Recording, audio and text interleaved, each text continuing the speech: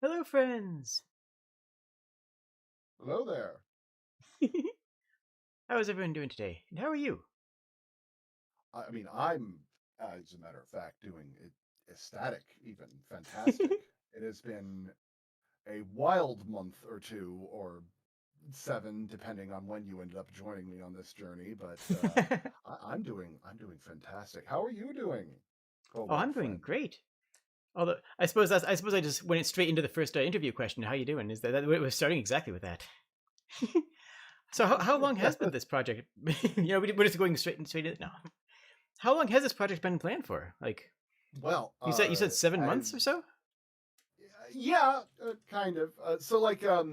This started when I went to go see my dad last year after he got some real serious spinal surgery, and I was trying to take care of him and help him out. And I came back, and my roommates were playing a tabletop game where everybody was a kobold, and I was so Aw. mad that I didn't get to be a part of it that I got inspired to make my own series. Um, which eventually turned into something I wanted to pitch to the BBC. Oh, okay. And funny enough, the very first video that you can see on Magus Elgar's YouTube page, which I could probably provide a link for that in the description of in the chat or whatever. Um, that was actually our proof of concept that we sent to the BBC. Mm-hmm. And we had a couple of people like carry over on that project. Like all the kobolds are going to try and come back and have some Nice. fun. Um, Although maybe we're getting the and cart ahead of the Nam, horse. yeah, Nam is going to be sticking around with us too. Mm-hmm. She's the same person from the intro from the proof of concept, which I am now sending to the link for everybody to enjoy. There you go. Uh, the um the BBC really did like what we had, but I was trying to advertise to Radio 4, and they usually don't Mm. do kid-friendly material. They usually like stuff Yeah. that's like adult comedies like The Flat at Havernshire and stuff like that. Or like something that's like a parody of Doctor Who or whichever comes to mind. Something that's safe. Um, something that is in their brand would Yeah. be more Yeah. accurate. Um, but no, like they said like they really liked the idea, but they ultimately were going to pass on it because they could only like approve like 5 projects a year at most. And while that would have been really nice, and we wouldn't have had any problems with budget for the foreseeable future, um, ultimately I wanted to give Kickstarter a try because I've been meaning to try out that to prove that I could make audio dramas using Kickstarter as like a means to fund it. Hmm. Because when I first started working on audio dramas, I paid out of pocket, and I wanted to make sure that it was like the best it could possibly be. So when it went really well and we got a bunch of accolades and awards and stuff, I went to go to like Audible and uh, Penguin Random House and a couple of others saying like, "Hey, I could make audio dramas for you," and they're like, "Oh, cool. What A list celebrity do you have under your belt?" And I'm like, "None of them." Yeah. Hmm. And Hmm. they closed the door on my face pretty quickly. Yeah, I know that feeling. You said when you first started doing audio dramas. How long ago was that? You're been a sound designer for a hot minute. Heck, technically, my very first audio drama that I ever made was 2007, Okay. uh, which was a very long time ago.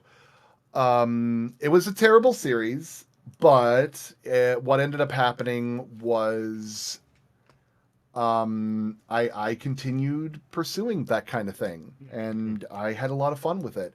My first like official like proper professional audio drama came out in 2018.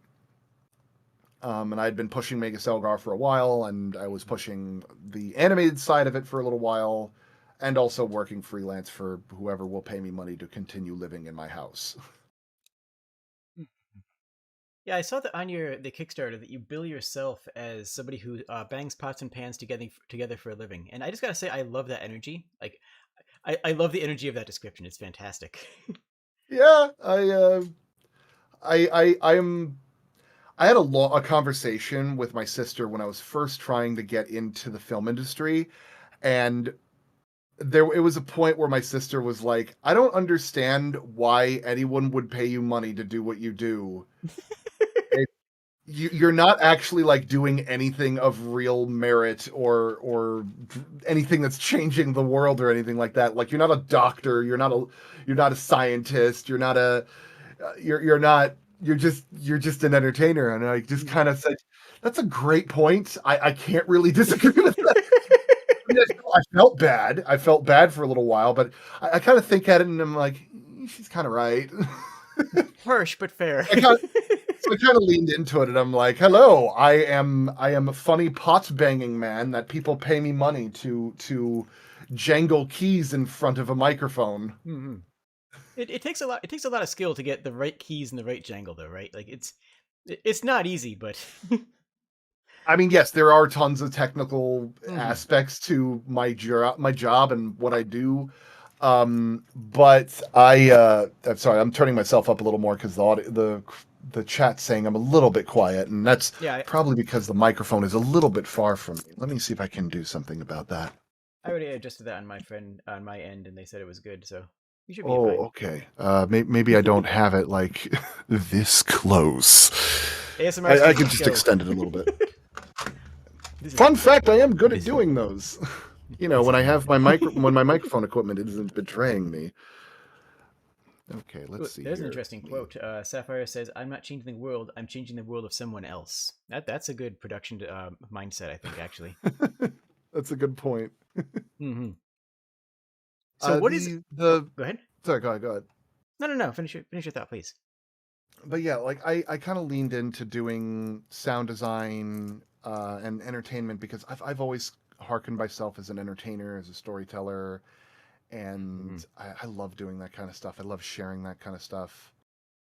Um, and it's not very common to try and want to go into this particular field of design work. Yeah, But I wouldn't change a thing. that's good. That's good to hear. So I don't know how common these stories are, but like I've always heard the stories of like strange sound designer tricks, like rubbing a pumpkin or hitting a cutting board or at an angle. What is the weirdest source that you've found for a sound effect? What is the wildest thing that you've done and be like, wait, that sounds perfect? There was a project I was working on for the Jim Henson Company. It was a short film called Amaterasu.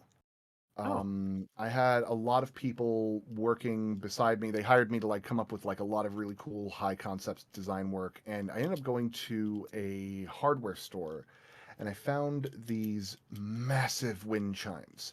Like when I mean massive, I mean I am 6'5", 258 pounds of man, and these things were larger than me.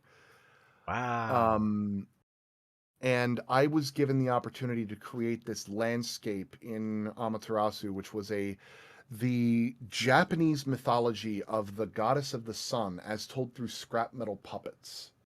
Oh, And everything was abstract. Everything was like really, really out there and high concept. And I used these wind chimes to create the ambience of life energy in this setting. oh, that's cool as heck. And Sounds they awesome. were it was really cool. These wind chimes, however, were like $3,000, and I could not afford to keep them. So I asked the hardware store, could I buy these and then bring them back tomorrow? And they're like, what could you possibly use wind chimes for 24 hours? And I'm like, I will show you when I get back. And I end up showing it to them later on. They're like, wow, this is really cool. That's amazing. I mean, I've got other things around here. Like I've actually within hand's reach, I have this like lovely kalimba, which is a Oh. little like music box for plucking things such as so.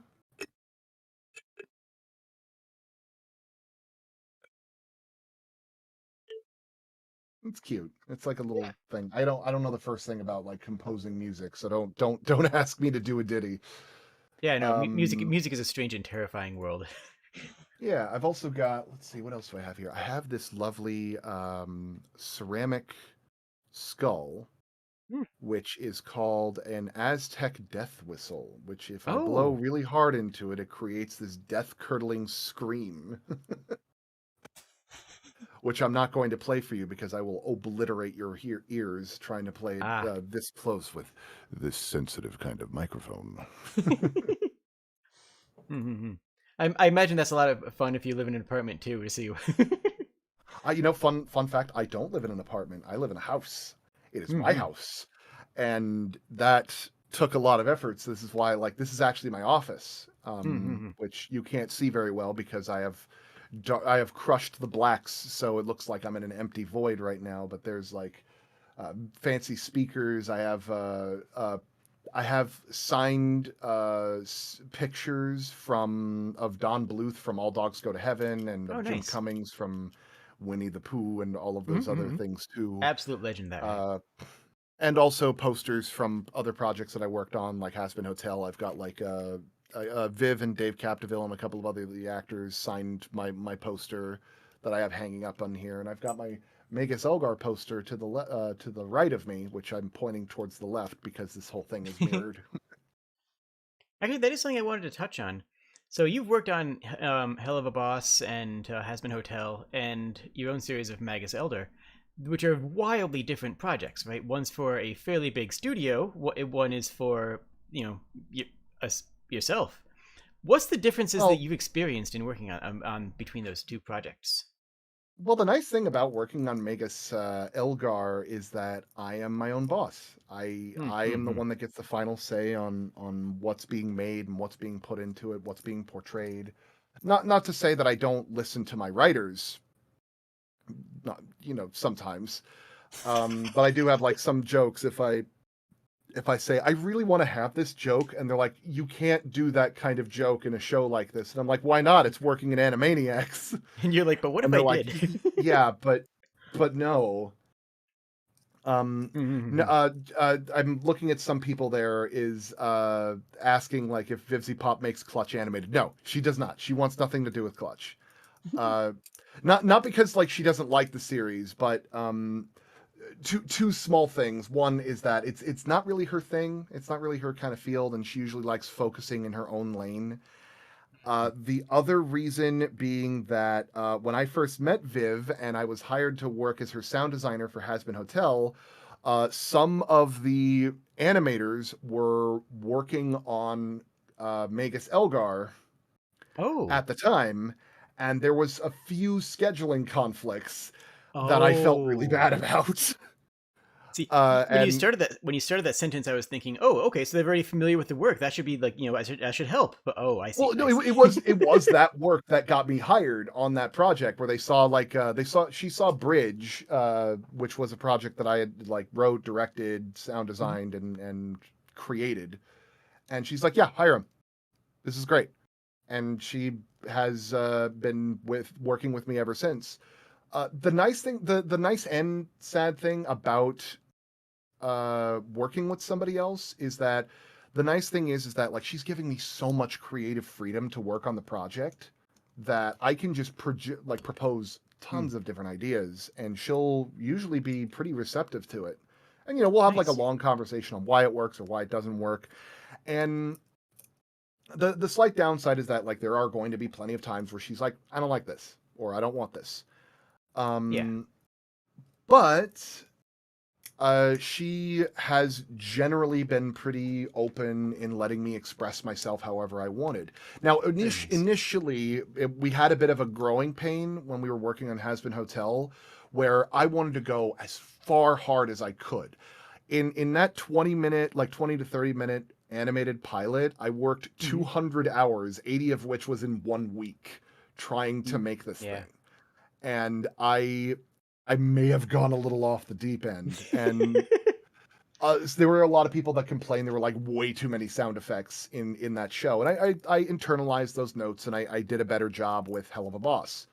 Hmm. And eventually, when she found like a full sound team that wanted to work on it, I was actually convinced I was going to get let go, because that's how it happens sometimes. Yeah. Like you get the job, you do the pilot, and then they get a professional studio to take over, and I go on to work on something else. Um, but she stuck with me. She actually approached the sound supervisor and say, "This is this guy. He did all this stuff for Has Been Hotel and Hell of a Boss. I want you to listen to him. I want you to talk with him. I want you to get an idea, and I want you to try working with him." And I've been working on the team for Hell of a Boss, and it helps pay the bills, and I really enjoy Mm-hmm. working on it. It's not as nearly as much work as it used to be because back when I was working on Has Been Hotel, I was doing everything. Mm-hmm. But with Hell of a Boss, I'm doing footsteps, sometimes I'm doing sound design, but I'm not like doing everything. Speaking of footsteps, when you have multiple sound designers, do you have ever step on their feet? Like say, hey, I think this should be here, that should be there. Like, how bitter does that get? It's rarely bitter. Like there's a lot of times when I'm working on something and mm, I'd say like when I'm working on a film, maybe like 30% of my sound design gets through because like again, I usually like to have more so that they can dial Yeah. back. Mm-hmm. But if they have, it's because if they don't have enough and I need to add more to the fact, they're probably going to be like, yeah, it's okay, it's whatever, but it's just going to be missing. Um, the I'm looking at the chat. They're like, "You worked 200 hours in a week?" No, I worked 200 hours in a month, 80 of which was in 1 week. Mm-hmm. Good old crunch times, yeah. And that would and before anybody says, "Man, Viv must have been a real slave driver in that whole thing." No, that was self-inflicted. Mm-hmm. That was on me Yeah, because that's something that happens. we wanted to hit the we wanted to get everything done in time for a private screening with the cast and crew in Los Angeles. And that's where I actually got to meet Michael Kovac, who or Kovac, I can never remember how to pronounce his last name, who I think it's is, Kovac. fun fact, the voice of Strap in Clutch a Kobold Story. Oh, nice. Yeah, Yeah, that's so something that what a shift from Angel Dust to happy go lucky Kobold. range. But yeah, that is a commonality between game development and movie development is that the self-inflicted crunch where it's like, oh, it would be better if we did this before launch. I'm just gonna like work forever and make it happen because that's the vision I want to have, and there's just not enough time for me to make it up to my standard of the quality that I want, right? Like, that's the kind of feeling that Yeah. I've felt before, at least. There's always going to be that desire to like want to crunch a little bit when you're doing Yeah. work because you love your job, you love what you're doing, but Hmm. there is a work-life balance thing that I had to Exactly. figure out pretty early in this year because I was working on the Cobalt thing since I've been working on this Cobalt thing since March. Mm. Because I've been trying to find crew, I've been trying to find assets, I've been trying to get I've been getting artists figured out, I've been getting animation figured out.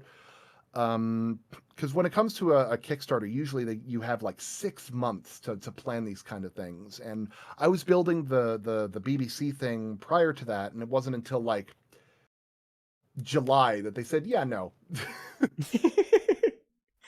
Mm-hmm. And then I spent the rest of those months building the Kickstarter.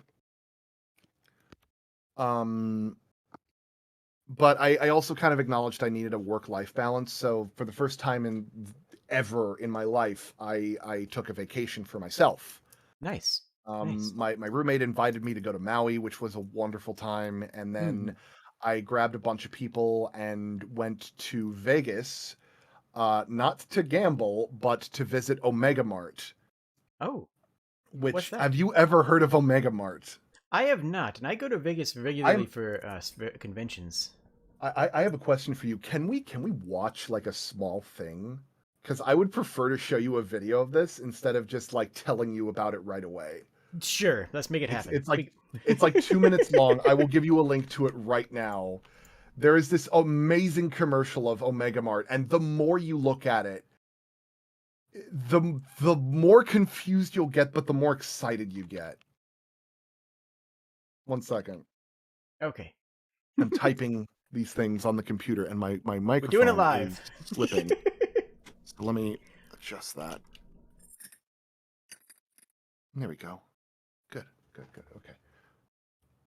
Stay there. All right. Okay, here we go. I've got the video. I'm going to give it to you in the text box so you could pull it up and we could watch it together. We'll watch it with all of them. It's phenomenal. All right, just give me one brief moment to Yeah, do your thing, please. do a thing. Ba-ba-ba-ba-ba-ba-ba-ba. Wait, no, it's over here. Hold on, that is that. Why is that doing it to that one? Not the. Okay, beans.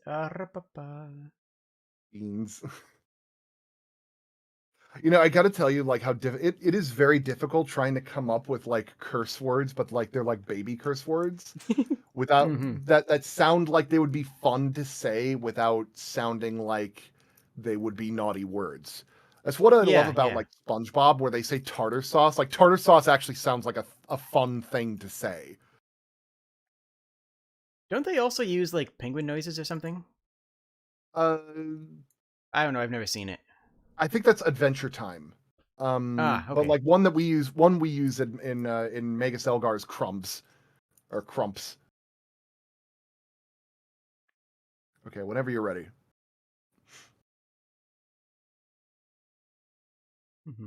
Sorry, just finishing the setup on it.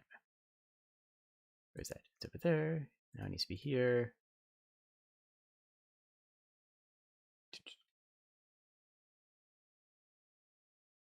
Oh no.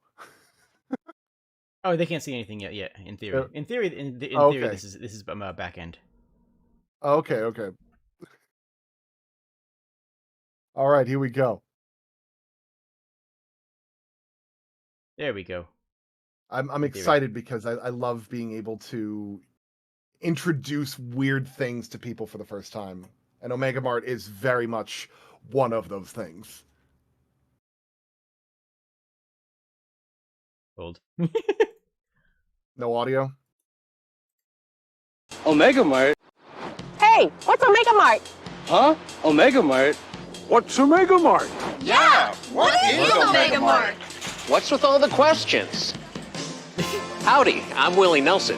Omega Mart is just a totally normal supermarket in Las Vegas, and I'm a celebrity you can For those trust. of you who are just tuning in, we are attempting to watch Omega Mart. Yep, while that's Kobold me. attempts to maneuver Omega Mart around has all the under-refrigerated dairy you need, and all the organically recommended produce you want, all in one place. In all fairness, Not to mention the Kobold world's is friendliest we're free-range operating staff. with 2 hammers, which we would have to mention. Around here, the only thing that's suspicious are the prices. Might not be good for us. That's really good value.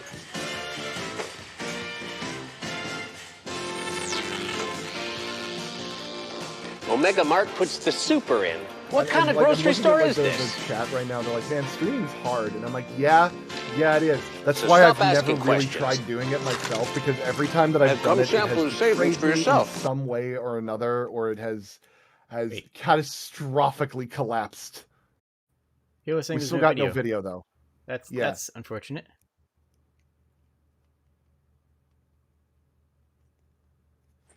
I thought, okay.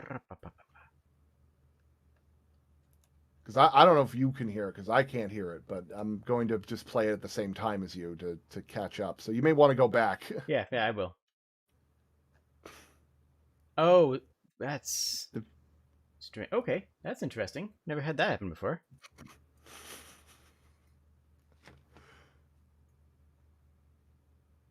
I'm just enjoying this myself, because I'm not the only one that has these kinds of problems. I thought it was just a generational thing. And then it disappears again. It's a ghost. Yeah. That... Like, I'm not doing anything strange on this.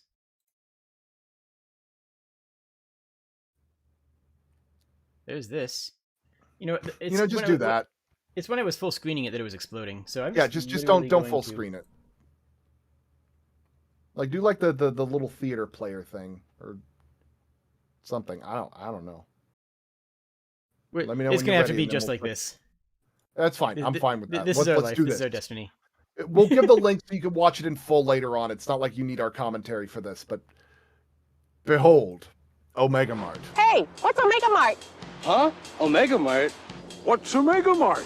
Yeah, what is Omega Mart? what's with all the questions? Howdy, I'm Willie Nelson. Omega Mart is just a totally normal supermarket in Las Vegas, and I'm a celebrity you can trust. Willie? Willie? Yep, that's me.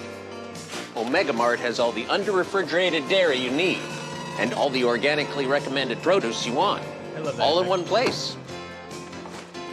Not to mention the world's friendliest free-range staff. Around here, the only thing that's suspicious are the prices. That's really good value.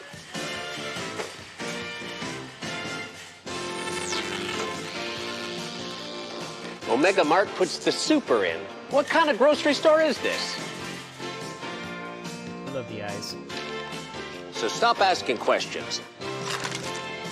And come sample the savings for yourself. Howdy, partner. It's like we always say. Omega Mart. You have no idea what's in store for you. Just off I-15 in Las Vegas, next to the Big Gorilla. Tickets on sale now. So, fun You're saying fact, that's an this actual is location? a real place. Huh. This is a real, honest to God place in Vegas, called Omega Mart, where it is equal parts art installation, Disney theme park, and escape room. Imagine interesting. the full artistic expression of Disneyland, of like imagine having a full day at Disneyland, but compressed into a single parking lot. It is a dense, intense experience that is one of the most spellbinding things I've ever gone through. My video has frozen, and it's back you're now. Back. Yeah, you're back. But the what's really spellbinding about this experience is that they give you like this little card that you can interact with things at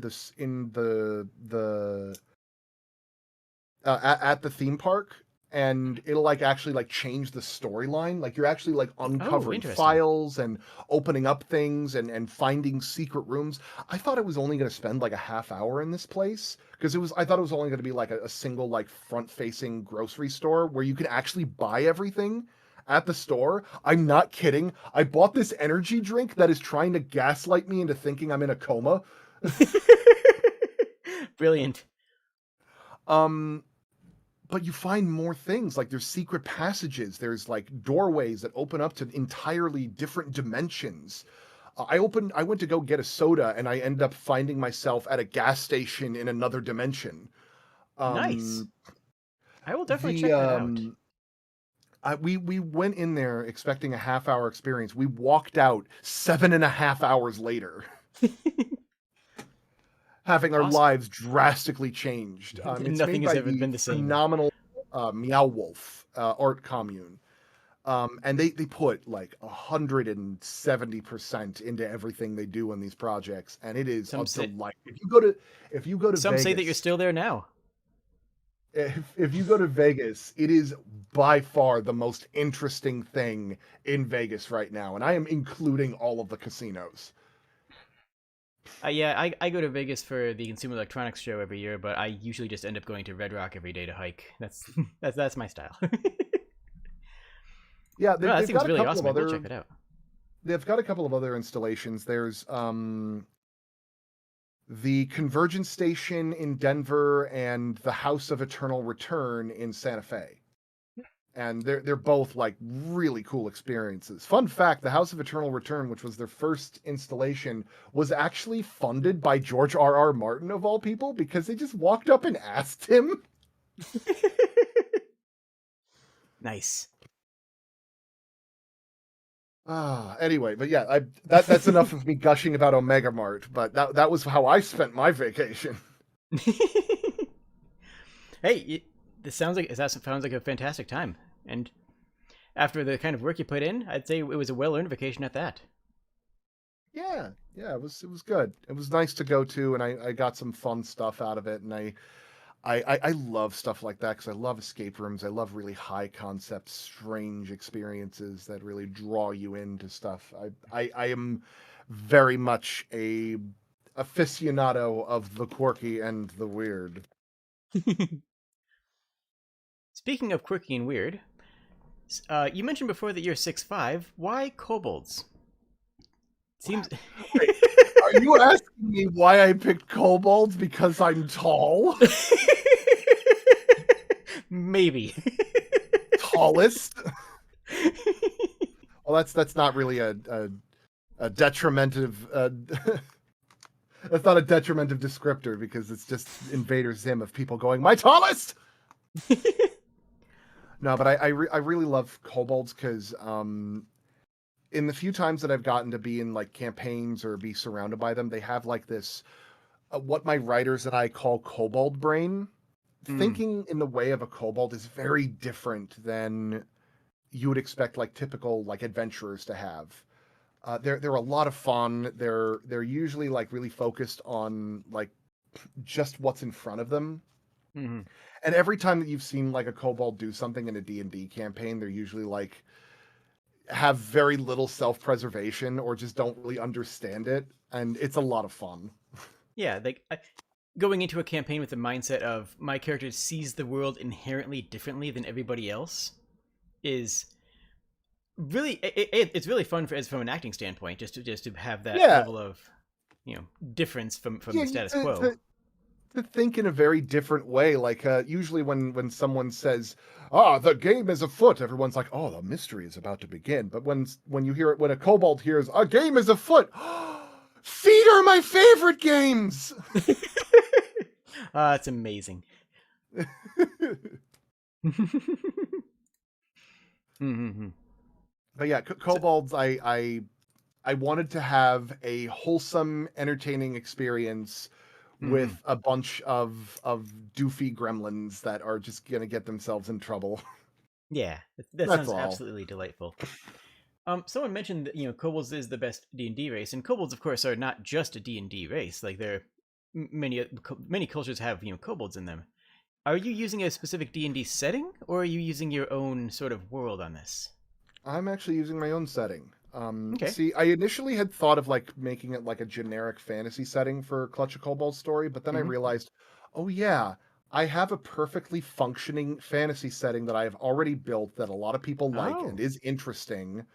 So I made it take place in the Magus Elgar universe because in Magus Elgar, in the time period that show takes place, dragons are kind of a rarity. Like, we have a dragon show up in the first episode, but he's not really a dragon so much as a sorcerer who is masquerading himself as a dragon. Like, he transforms into one to fight Magus Elgar and Udo at the start of the series. But dragons are not very common in Hearth, the magical world that they reside in. But there was a time where they were a lot more frequent and more dominant in society. Not that they ruled the land, but more they were the dominant force of magic in Hearth. And I kind of wanted to explore that a little bit because there is a reason why there are so many right now and there are not as many in the future. Okay. But I'm not going to get into that right now because I'd prefer to actually have that as a storytelling thing. Yeah, absolutely. Absolutely. But Magus Elgar, for those of you who aren't familiar, which I'm going to assume is all of you, Magus Elgar is a fantasy comedy about two magic users and two scientists who travel the world of Hearth to find scientific tools augmented with magical power, or stamps for short. Basically, they're going around fixing magical anomalies they accidentally caused. The fun thing about Magus Elgar is that the planet of Hearth is actually banana-shaped and it spins like a boomerang between two stars. We call it a planetane for short. Oh, that's fantastic. Oh, I love that. That's real good. Yeah, and we actually have like a really in-depth map of it. Let me actually pull up a picture of Hearth. Would you mind? Go ahead. I put a link to second. your channel, to the Magus Elgar channel, rather, in chat, and pinned it, actually, for now. Oh, cool. I think I got a Everyone map of needs a Hearth shortcut here to get there. somewhere. It's While you're probably looking that going to up, be I in the will. Mega Stalgar folder. Keep going. Mhm. Keep talking. Like I could keep talking while I'm looking this stuff up. I was just gonna do a plug and say that make sure that you like, comment, subscribe, all that fun interaction stuff. Oh yeah, absolutely. For the entire month, I'm donating $1 to charity for every new subscriber that I get. So easiest donation you'll ever do. It's Here we it's go. already I've starting to got hurt, and this is good. I've got a little. It's not like the full map of Hearth, but it is what Hearth looks like. All right, let me just grab that real quick.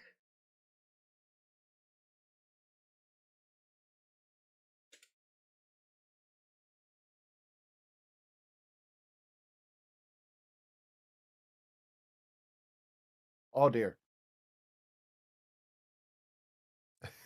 that's a big one. Yep. There we go. See, images come through a lot more smoothly. Look at that. I'm gesturing. There we go. There we go. Look at how beautiful this planetane is. Mm-hmm. That's a cool design. But yeah, what I really love about Hearth is that it's a world that is dominated by magic in the same way that science in our world, like our world, is dominated by science.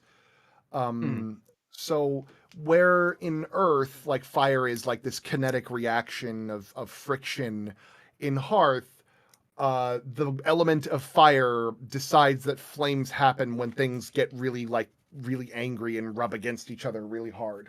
Yeah, you have to use up all the phlogiston. Makes sense to me.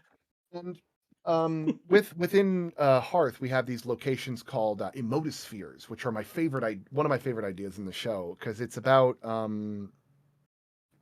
the elements or the magical entities that exist in this world express themselves and have like an emotional spectrum of how they feel about things and so on and so forth, and they leave behind an imprint on the world in various locations. You've got the glee winds, where like when they're feeling like really elated and the like, they get very excited, and people get affected by that kind of energy of like how happy everything is. There's there's the doldrum, which is the doldrums, which is like a place of melancholy, and then there's the umtinks, which is a place of introspection.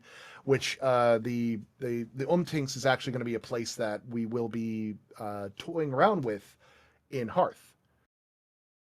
Sorry, in Clutch, more specifically. So, but yeah, like the whole. How big is this planet? Like out of like, how does this scale to what we know? It's about the same. It's about a similar size to Earth. Oh, okay. It's just Okay. a dimensional alternative. Like again, what Earth is to science, Hearth is to magic. That's the key difference. It is a world where, what if the world existed by the emotional temperament of abstract and concrete entities rather than just the laws of physics?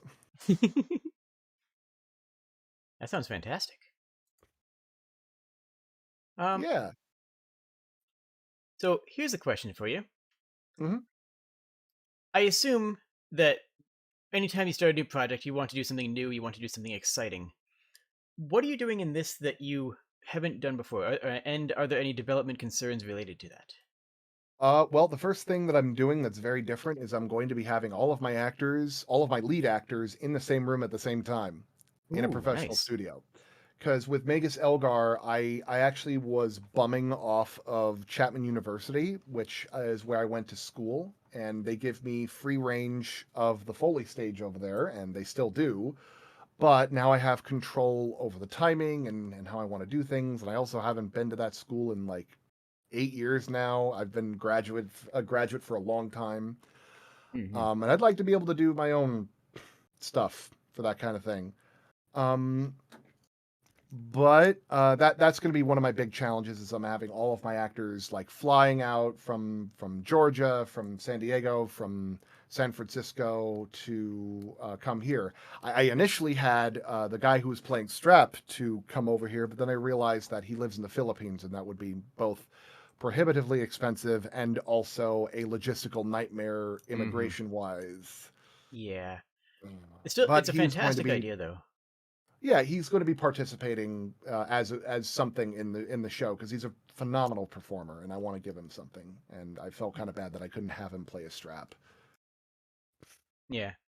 Having all the actors being able to bounce off each other in the same room, I think that's going to add a lot to the what's the best word for it? I think it's going to add a lot to the feel of the entire show. I think that's a Yeah, fantastic especially idea. with like improv and stuff. I mean, I'll Mhm. also be able to like mix in a professional mixing studio because when I got to work on this sci-fi show called The Sojourn, I got to go into a mixing room and actually mix the entire production in a 5.1 stage, and it was the coolest thing that I got to do on an audio drama.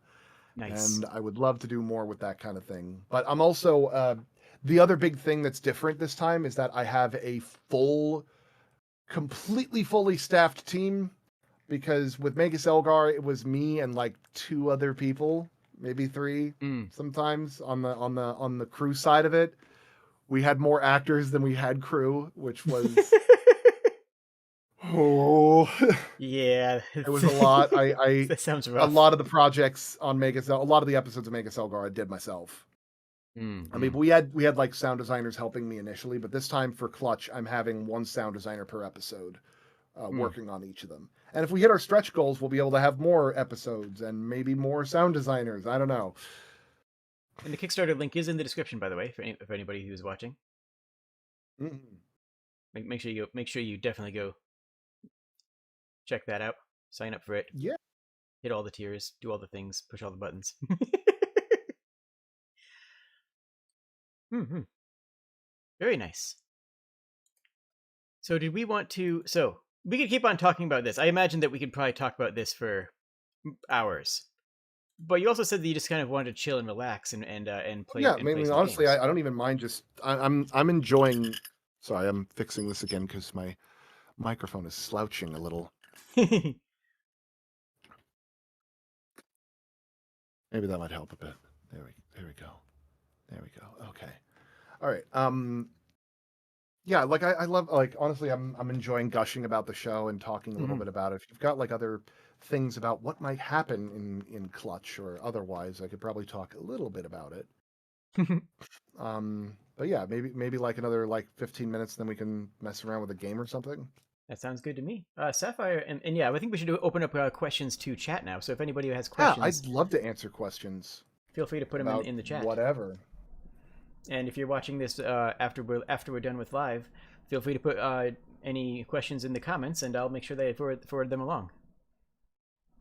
Yeah, But sure. to extrapolate a question out of what Sapphire says, I would love to get into voice acting. Apparently, my voice is nice to listen to. What would you recommend somebody who's interested in starting out voice acting? First step, get a microphone. You have no idea how important the microphone aspect of the voice acting period would be.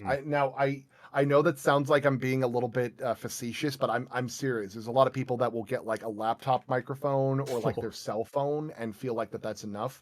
Granted, there are some cell phones that are good at doing those kinds of things. Um, However, there is a very important thing about getting like a microphone that you can set up and put into like a nice room that's quiet and out of the way for that. And I also recommend looking up a website called castingcall.club. It is a free voice casting website for you to practice everything from like doing dubs to audio dramas to cartoons, anything. Usually like Nice. uh, indie developers will go there to try and get free casting, and um don't be afraid to audition for free roles. Like sometimes getting some free stuff can go a long way Yeah, because not only are you getting some practice in, you're getting your portfolio built up, and you're absolutely. also meeting a bunch of really talented people that may want to remember you in the future. Mm-hmm. It is from that reason that I was casted as a vampire in Call of the Flame, and they kept coming back to me to do all sorts of creature sounds in the future. Yeah, absolutely. Getting your name out there, getting a resume with something on it, and starting to networking. In my experience as well, is like, that's paramount. That's how you have to start with a role going. And like Yeah, a voice actor voice acts. Get a microphone, do stuff with it. Even if it's just Yeah. doing something silly, just be active in doing it, right? Yeah, don't be afraid to just do your own thing too. Like you don't like I got where I did because I wanted to make a crummy audio drama in my apartment in my dorm where I was tackling couches and making high-pitched squeaky noises into a microphone, and I had like maybe 70 people hear it, and it was bad, but they were entertained by it. They said, "Wow, this is really good. This is really fun." And I'm like, "I know you're just being nice to me, but thank you." Out of curiosity, what kind of mic do you have right now? Because someone just in chat asked that, but I'm curious myself.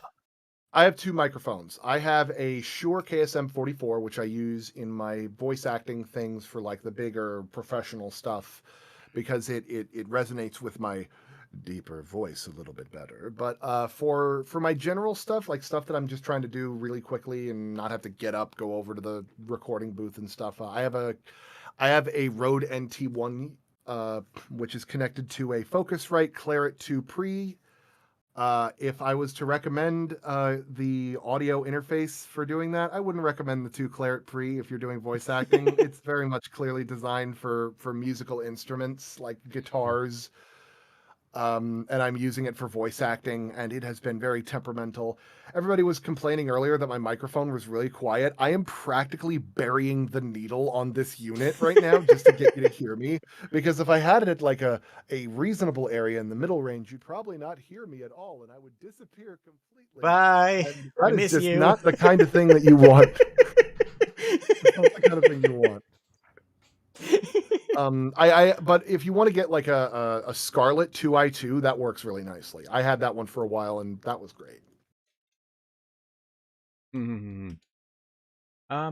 We have Eric asking, what's your favorite example of good audio design and/or your favorite example of bad audio design? You don't have to name names, but Okay. okay. So There is a I something I usually like to do is I like to refer to horror films for sound design.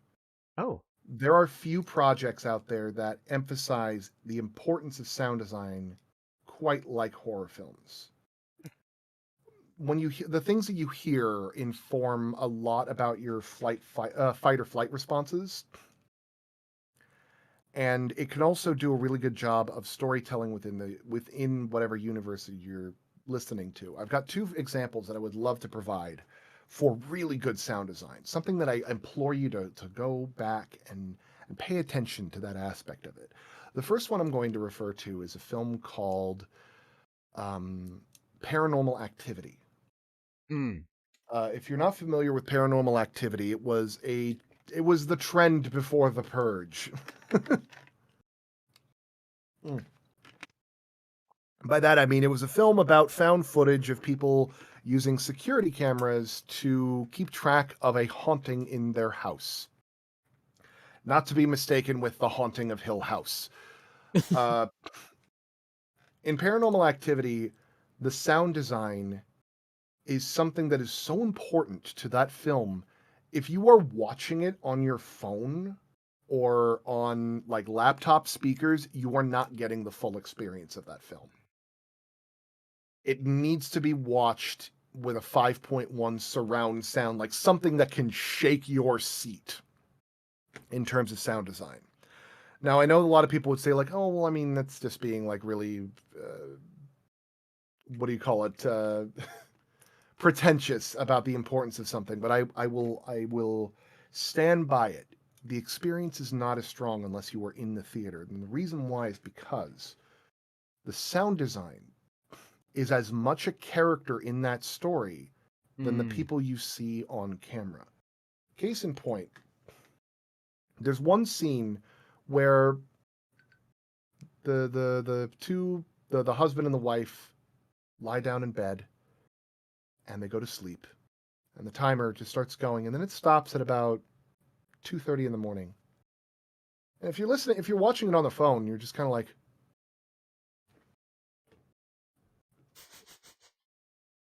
nothing's happening. I don't Why am I watching this?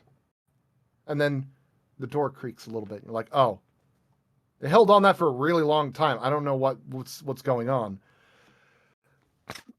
But if you listen to it in surround sound, you're watching it, and there's nothing going on in the center speaker. There's nothing going on the left or the right speaker. But then you start like feeling something in your chest. You're like, what's going on? All through the sub.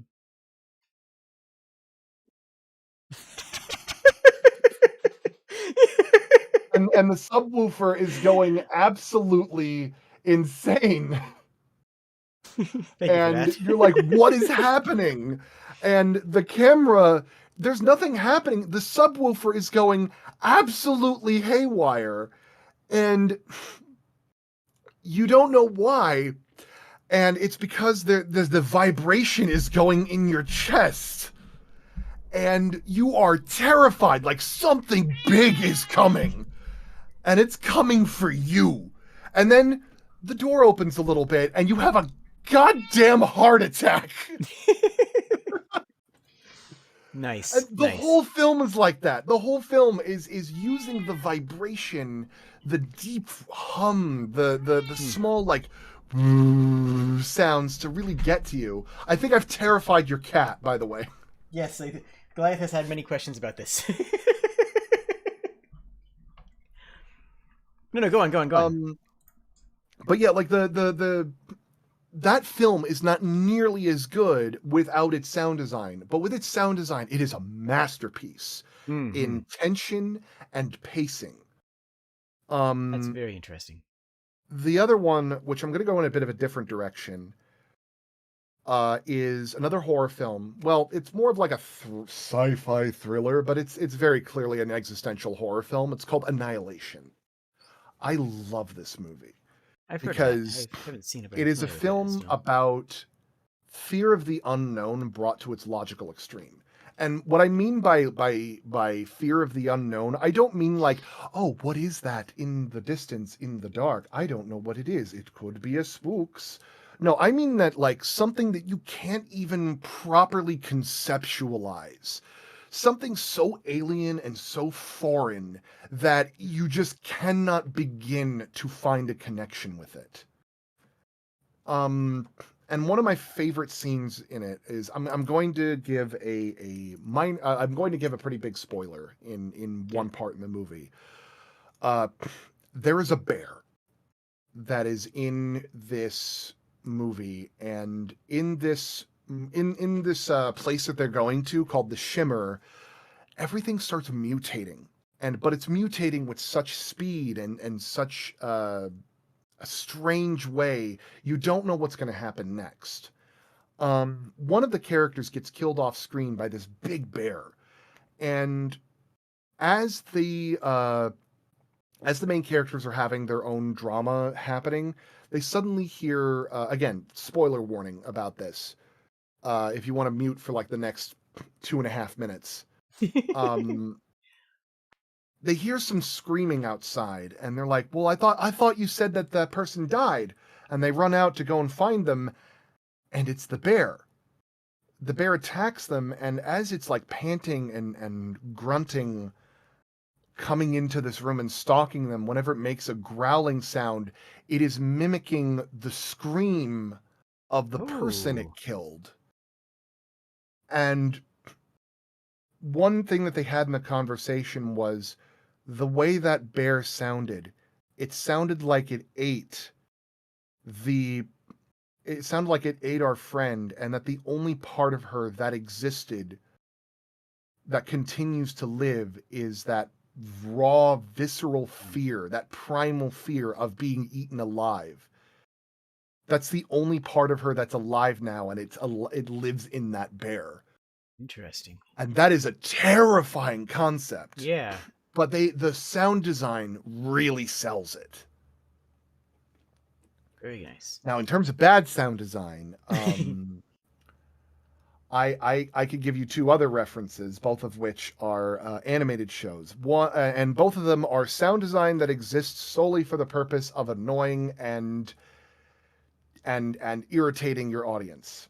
sometimes to the detriment of the experience itself. First one would be Johnny Test. I know it's low bearing fruit to criticize it, but they had a tendency to use this whip cracking sound at almost every single motion that they would make. Oh. And they would like use it like really quietly.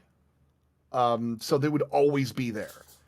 And it was very distracting and it's not very fun. And usually when people say, wow, this is really annoying, they usually think of Johnny Test in terms of sound design. Mm-hmm. But in the other direction is the Felix the Cat movie, which is so badly mixed, you cannot understand what anyone is saying at certain scenes. I've seen that in video games fairly often, where it's like, the mixing is just so wretched. It's like I can't hear what the main characters are saying. That kind of feeling. Yeah, like it was one of those things that like I actually thought that The Matrix was badly mixed for a similar reason, where you have. I feel like that if you're watching The Matrix, you have to sit there with your hand on the volume dial, because whenever they get into a quiet talkie scene, it's like, do you want to find the secrets of the universe? We're going to have to do this. Take the pills. Be my druggie. And you can't hear anything that they're saying. It's like this is awful. But then they get to the fight scenes, and it's like they're trying to shake the speakers off of the walls. The dynamic range is it's just two very different extreme. priorities that really show how a bad mix can really affect a film. Mm-hmm. That makes a lot of sense. Yeah. Yeah. I know when I played Soma. Do you play a lot of video games? I do. I actually play quite a few. I'm going through a few right now. Have you played Soma? I have not played Soma, but I'm going to look it up right now. I think I might know what you're talking about. It's made by the same people that did Amnesia. Amnesia, yes. Yeah. There was a few moments in there where the sound design alone put me on edge, and one particular moment that completely shook me.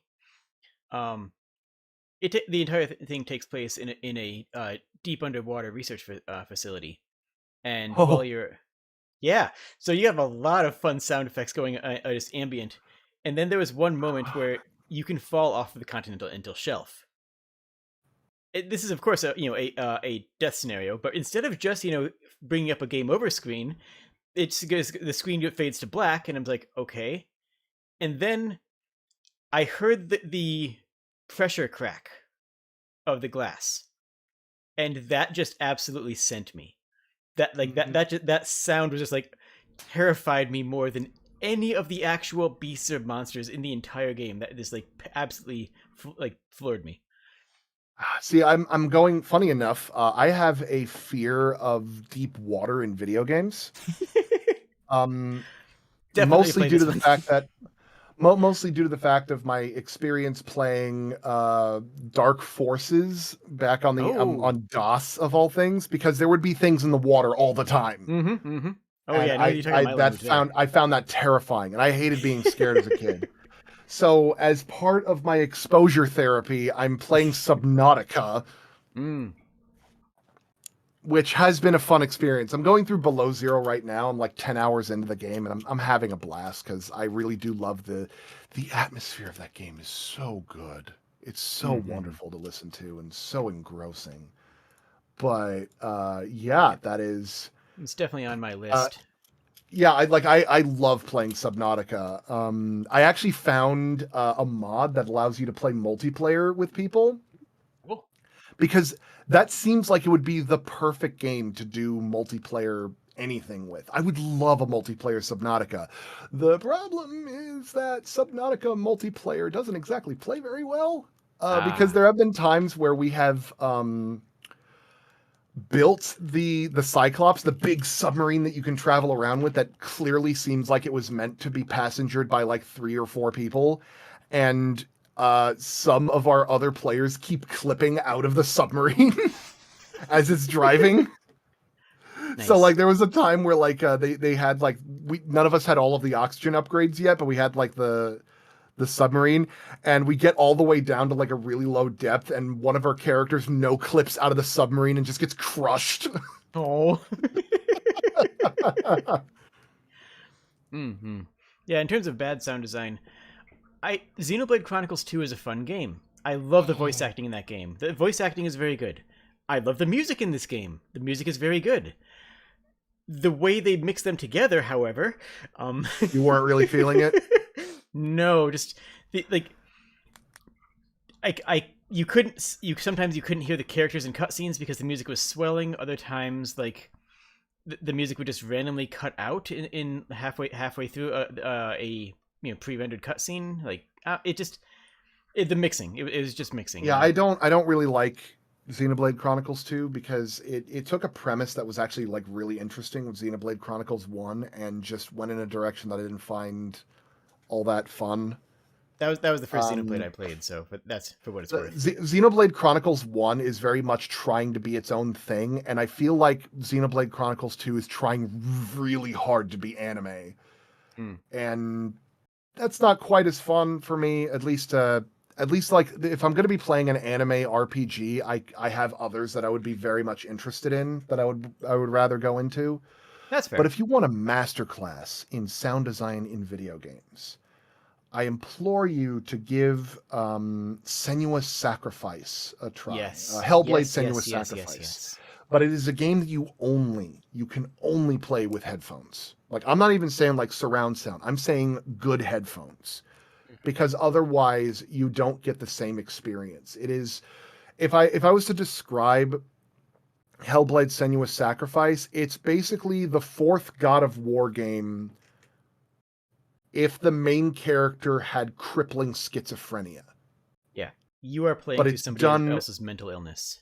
You're enduring someone's mental illness, but the mental illness is not just like, it's not like Fear or Fear or whatever they call it, where they're just like, here is some spooky imagery for you to waste your bullets on. It's actually a gameplay mechanic in Hellblade to listen to the voices talking to you, because they give clues, they give warnings when it's time to attack, or when you need to use something in a fight, or when you need to align puzzles together or something. And they're not always friendly, they're not always kind, but like one of my favorite scenes in that game is you are trapped in pitch darkness. You cannot see in front of you.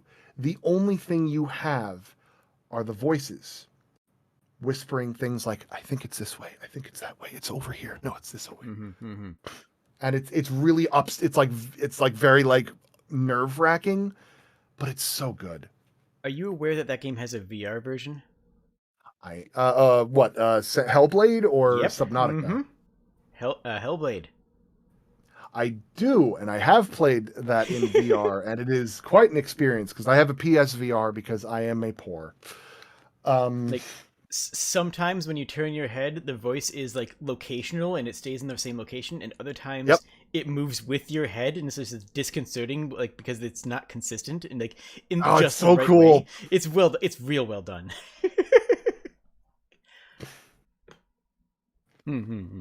But yeah, I'm looking over here where like someone's like, the worst sound design is The Big Bang Theory, and I have to argue, you have to keep in mind, Big Bang Theory is a sitcom. Yeah. Sound design is not their priority. But the fact that the sound design is considered bad enough for you to pay attention to it in a sitcom, that is not a great sign. That is through the floor. Bad sound design is something where a show desperately needs it to be good in order for it to work, in order for it to sell, and it doesn't. Show things where like you have a big imposing monster and then the monster doesn't sound like what it's supposed to look like. Yeah. Like just think about how many like really crazy, really alien looking monsters show up, and you're like, oh wow, the art direction's so cool. Oh wow, look at it dripping acid, and then it makes like the 1950s Godzilla roar sound, and you're like, that's the 1950s Godzilla roar sound. Like, pick something else, please. It's a great sound effect, but it's not yours. Yeah, or just remixing Liang's Hulk for the 100,000th time. It's a fantastic masterpiece of sound, but we've heard it before. Yeah, Right? I mean, but now that you're mentioning it, I kind of want to play Soma now, just to torture myself a little bit more. Yeah.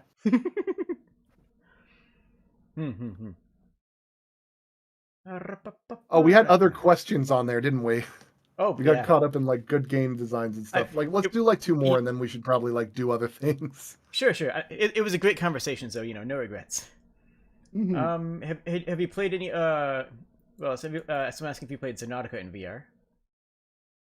I have not played Subnautica in VR, mostly because I only own Subnautica on my laptop, and I don't have a VR for my computer. Now, the key point being, though, that if I do get VR, I'm going to need to pull out all the stops and buy a Valve Index, predominantly because if I do get VR, I'm going to want to do audio design in VR, and I'm going to want the best thing for it. And you're gonna want And I know the Valve Index is. I know the Valve Index is one of the big things. Yeah. I'm also noticing there that someone says the Wilhelm scream can pull me out of a scene because it's so iconic. Yes, but that's the joke. Yeah. Don't use the Wilhelm scream unless you are fully intending on making it a joke. Yeah. If you're trying to do a horror movie and you have the Wilhelm scream, well, yeah, they're going to be pulled out of it because you pulled the Wilhelm scream. That is a poor use of Wilhelm scream. Yeah. Exactly. Like, yeah, don't use the punchline if you're not intending to make it a joke, right? Pretty much. Me personally, what I'm going to do is that when I get the opportunity to sound design an animated show, I'm going to come to the writers and I'm going to say, I have a single joke that I implore you to have in this show for me to use. And that is, I want someone to use a device called the Wilhelm, and it is a minigun that when it starts shooting, it only makes the Wilhelm scream played on loop rapidly as it shoots the bullets. Amazing. I love it. If I am going to use the Wilhelm scream, I am going to kill that joke above all else. Not because I hate the joke, but because I love it so much that I need to go an extra mile to make sure that this is me using this joke. Let's run this joke into the ground. Let's belt feed this joke. All right. The question that was missed earlier was going all the way back when we were talking about D&D stuff and you having that campaign. What was your favorite Kobold moment? Your favorite Kobold brain moment. That'll be a good way to round out this side of it. Well, I've played kobolds once or twice before as a player. I have played exactly 2 kobolds in campaigns. Usually because I whenever I make a character in a player campaign that I get to be in, because I'm usually the DM, I want to pick something that's unique and fun and interesting to play as. The 2 kobolds that I played was Mr. Teeb, who was a kobold ninja who leaned into the fact that everybody thought he was a stupid kobold so that he could get close to his target and kill them quite mercilessly. Nice. Because he was a kobold with 18 wisdom.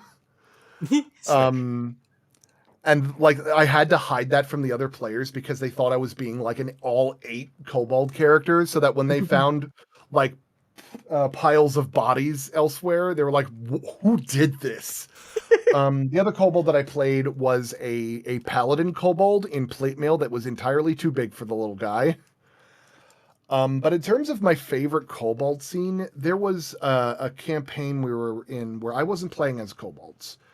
I was playing as a Loxodon artificer who his fingers were too big to actually do any tinkering, so he had mage hand artifacts on each of his fingers that he actually like made tiny hands out of his big hands. And we were part of Acquisitions Incorporated. We were Team Gato, and we needed to relay a message, and the only other people in the area that could do this was Team K, which was the all kobold team in the campaign, which were played by the other players in a different campaign. So it was the last day that one of our friends was going to be staying in California before he moved to Florida. And we wanted to make it a good time for him. So we actually did a one-off campaign where we played as our characters and he got to be a guest character. And at one point he needed to relay a very important message to the kobolds. Mm-hmm. And complete chaos happened because not only was this player not really well versed in improv, but we gave the rule, if you do not take the conversation from them, they will not stop talking. And I want you to imagine like a Luke Wilson type of character trying desperately to relay information to 3 Robin Williams talking on top of each other. That sounds incredible. It was so good. It was so fun to watch because all 3 of them were just going. And fun fact, one of those kobolds is one of my writers in the show now. Nice. That's nice. Mm-hmm. And like by the end of that conversation, I think like of all the things he said, they got maybe 60% of it. Maybe. Nice. I mean, let's be honest. I respect that content is more important than information, you know? Like, getting the information across, no. Having a good scene, that's much more important. You know, I did have another campaign that I did. It wasn't like, they weren't exactly kobolds, but they were close enough to qualify. I was running a supervillain campaign, and we had 2 party members that were really not a fan of each other. One of them was my roommate, who was playing this dinosaur man who dimensionally shifted between like variations of himself from alternate worlds, and a guy named Bone Kaiser who was a skeleton man from World War I who was also a German soldier that everyone kept mistaking him for a Nazi. They were supervillains, so you know, why not? And one of the characters I invented as the rival to the dinosaur character, Coronosaur, was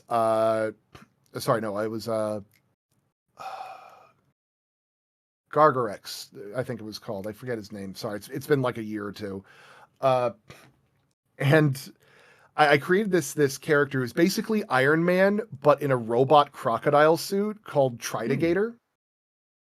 And something that he did to mess with my roommate's character was he managed to extract his DNA and create these like lesser dinosaur people, which we called Fomadiles. And they all spoke and acted like really stupid kobolds. Nice. And Bone Kaiser ended up getting in charge of all of these Fomadiles because the dinosaur character refused to lead them because they called him Daddy. And he's like, you are not of my kin. I want nothing to do with this. There were 30 Fomadiles when we started that campaign. Guess how many were left by the time that Bone Kaiser got to their 3rd campaign? 3? 1. Oh dear. There was one left. He was so bad at commanding them, there was 1 left. But that one kobold gave so little of a crap, he ended up ascending and becoming a demigod. Nice. It was a lot of fun. That's awesome. Seeing that Fomadile's arc go from there to there was a truly memorable experience.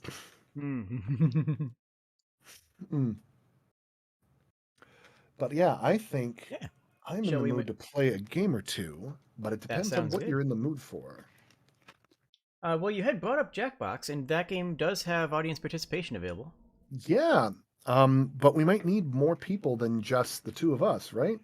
Well, if we hop into the Kobold Legion, I think there's a whole bunch of people who would be willing to join. Plus, I already have a link to the Kobold Legion Discord in the video description if people want to join there. Yeah, all right, that sounds like a great idea.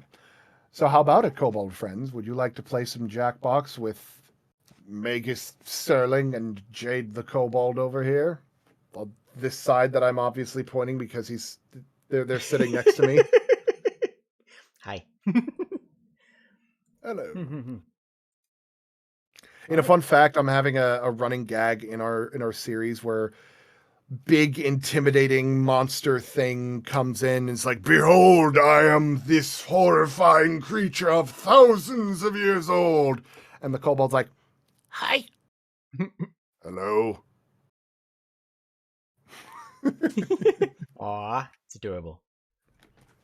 All right, let's both hop over into that Discord channel, and Yeah, sounds great. You will have to share your screen, and then I will pull it up on here. All right, I will go to the Kobold Legion server, or do I need to share it here? Oh no, you'll share it in there, and then I'll pull it from there and I'll get it up here. Okay, I will go over there. I'll handle everything. Bye-bye, everybody. We'll be in the event voice channel, where I am now. Hi. So yeah, anybody who wants to join in certainly can. Okay, so I've got myself going. I'm going to activate the Cobalt thing. Oh, hey, Back for Blood has a November update. I really need to play that game more. I would very much like to. Okay, I'm starting up Jackbox. And yes, Sapphire, you will be on channel in voice, not just Jackbox. Hey. Hey, Medic. Okay. Hello. Hey, Knock. Oh, hey, I could change the resolution to something higher. That's really cool. I'm gonna do that. Man, I gotta say, it's premium.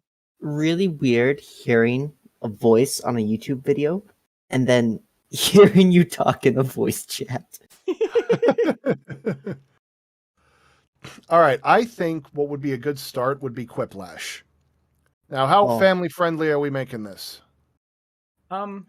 I try to keep a fairly family friendly channel. So I will do my best on that then.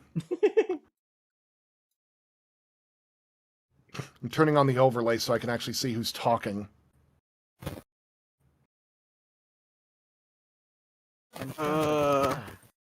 How in the name of Scourge Mike do we do this? Oh, you already have it broadcasting. 1 second. All right, let's start off with Quiplash because it's like the easiest thing to get started with, and then we'll go from there. You have to give me 1 moment to finish the tech on my end here.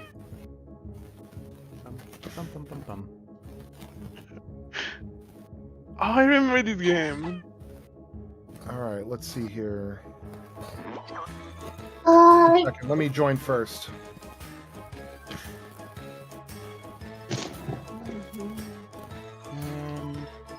Where's my signal? Right. Wonk. I recommend using your regular names so that we can know who's who. All right, I'm ready. Give me a moment. I am not. So, how many of you here have played Quiplash before? I have not. I have. I've seen people play it though. I've only seen it.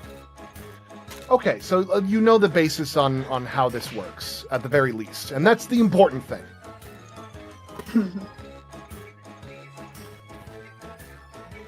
I love how, like, in Jade's stream, I look a lot smaller when I'm talking, but I'm ridiculously huge when I'm not. Oh, boy. Because I clearly know what I'm doing when it comes to internet things. I'm hip and with the things. It's perfect. You look great. All right, guys. So pop in with your code and all that stuff. Hold on.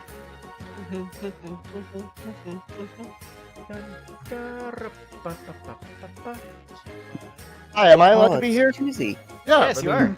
More the merrier. We're just having good fun right now. I am going to get us to play with talking points at some point. If any of you guys happen to have the one where it's like the patent one, I would love to do that. Hold on, let me yeah. I don't have any of them, so. But talking points is good because it's great improv practice and it's a lot of fun. Oh gosh, what happened? I guess this would technically be the first collab I'm doing with Jade. Yay! Same here. Oh, that means this counts as a collab for me as well. Yeah. Yeah. Hold on. What's it? UGQY. Okay. Easiest collabs of our life. Collab. Oh, collab omnibus. I'm gonna just go to call it every time I do anything with somebody else in my life a collab. Like if I'm doing homework with someone in college, there'll be a collab. Oh, frick. No, QY. I put QI. Sapphire, are you a YouTuber or streamer as well? Yes. Is that why you're calling it a collab? Me? Did I do it? Did I? Yep. Sapphire Okay, and good. Cozy are both streamers. All right, anybody in the audience? I Or are stream we mostly all to good to go? Discord, though. I only stream on Twitch and I just started, so All right, let's do this. Rock and roll.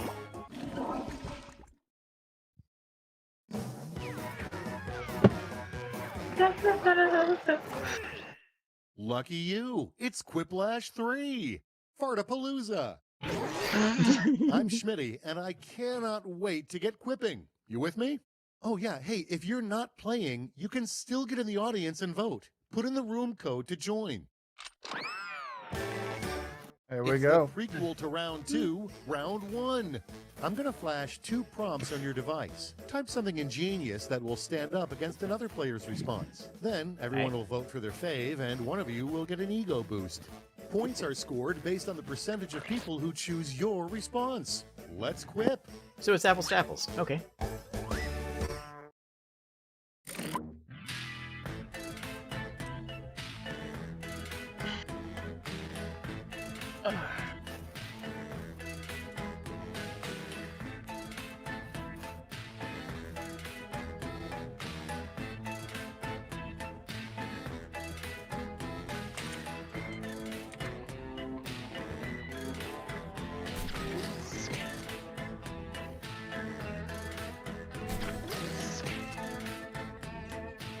There we go.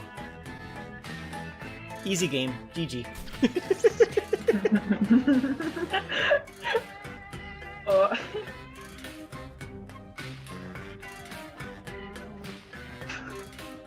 This is when I wish I had an improv class, because I'd probably be like 5 times funnier.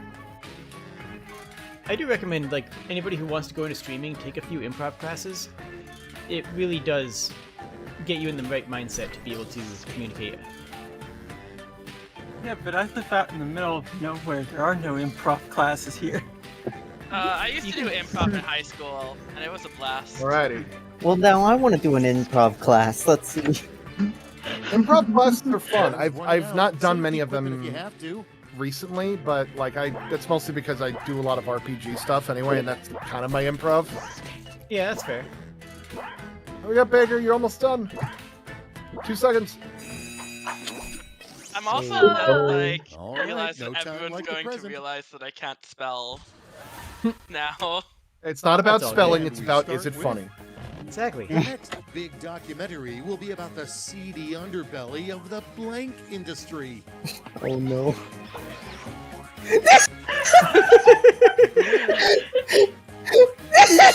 Yes. And Yeah. we're off! Are you telling me that Kobold insurance fraud is an entire industry? Are you telling me that someone's intentionally trying to play to the audience? Where can I invest?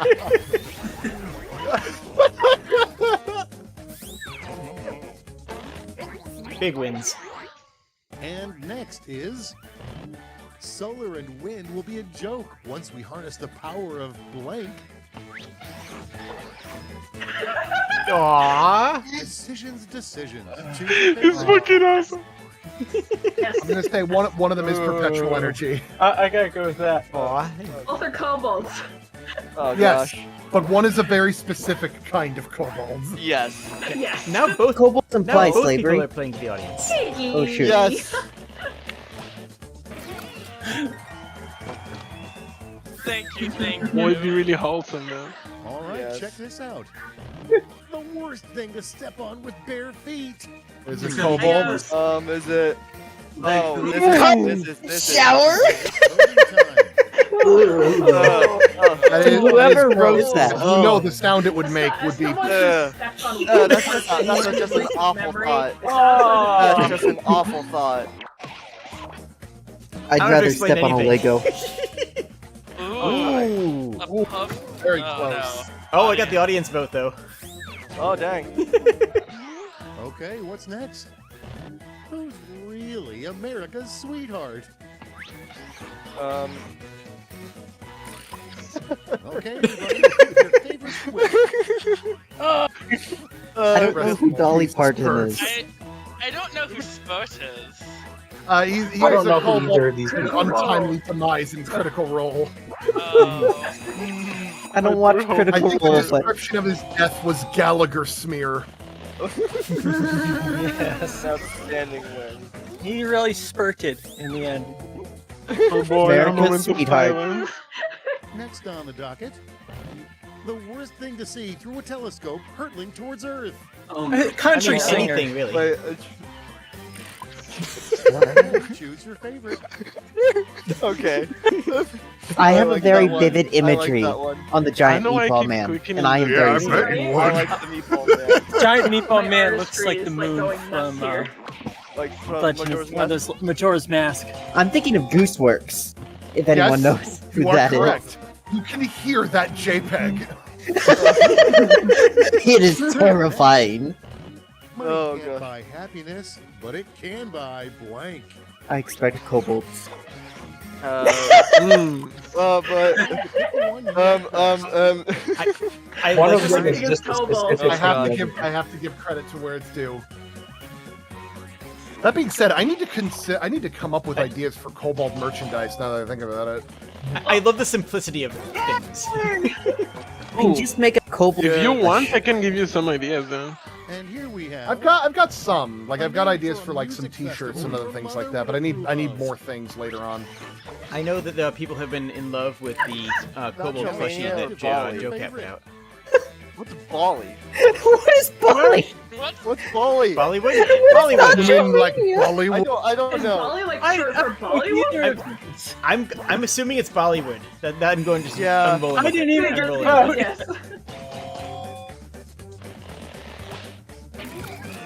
I don't know what that was. And the I audience just is really a big did thing. Oh words. gosh. Audience is definitely the swing vote here, huh? How many Yeah. audience do we have in this? Blank. I have no idea. Try a lot.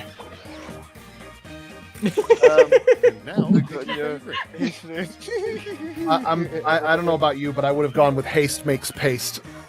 No, I Like- that would have been good. Taste. haste would've makes been an extra attack action per turn. Ace makes DMs cry.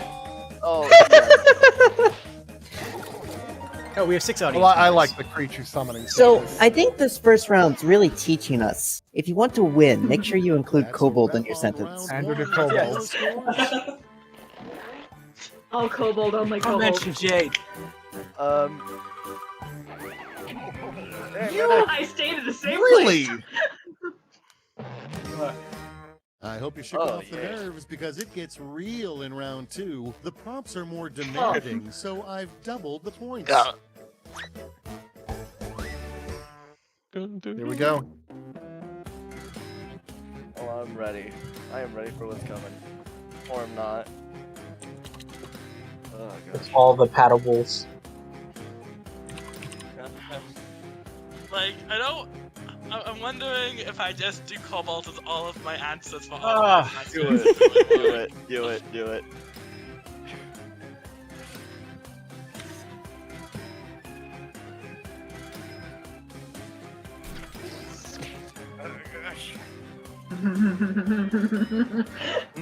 What I am excited. That laugh tells me I should be excited.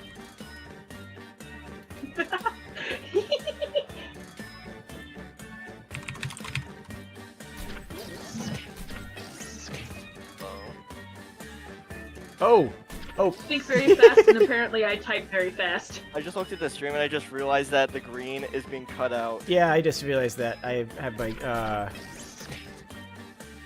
chroma key on that. It looks cool though. No, it looks great actually. I don't know whether I should regret my answers or be proud of them. We'll see. Both. Yes, both is good. Proud of the regret. What could possibly go wrong? Very proud of the regret. There are many things that could go wrong. Be proud, but also Whew, regret. that was close. I almost didn't make it. I believe you. What happens if you don't make it? By a hair. Let's break the ice with the biggest reason the world will be better in 100 years. Okay, I'm ready. Yeah, who are we still waiting for? I know my answer. Yeah.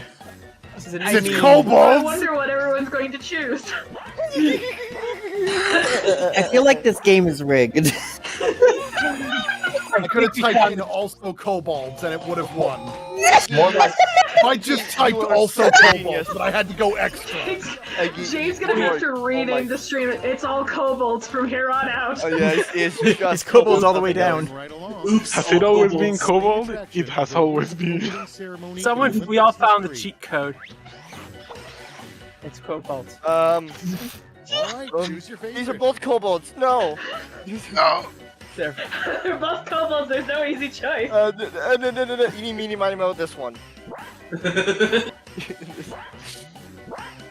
I chose which was worse between the two. Hi, Buck. Good luck. Ooh. Oh, dead even. Ooh, wow. Still got decent Next points up. though. A team building exercise that is far too extreme for most company retreats. Kobolds. How are you guys seeing what's happening? kobolds. Kobolds. Kobolds. This is a kobold-only stream. Kobolds. Yay. No. Kobold only. Look. For some reason, someone. I think next round we're gonna have to put a rule on maybe no kobolds for a round. Unless it's like explicitly good. Like, unless it's. Kobold too OP. See, I like the idea of the trust fall, but it's the trust push. I thought I had something. I thought it was. You know what? Never mind. It wasn't kobolds, and that's on me. Push. Yeah. Do you trust me? I do trust you. If it doesn't have kobolds in it, then it won't work. Oh no! No, none of these have kobolds. No! Pick your favorite. What was the actual?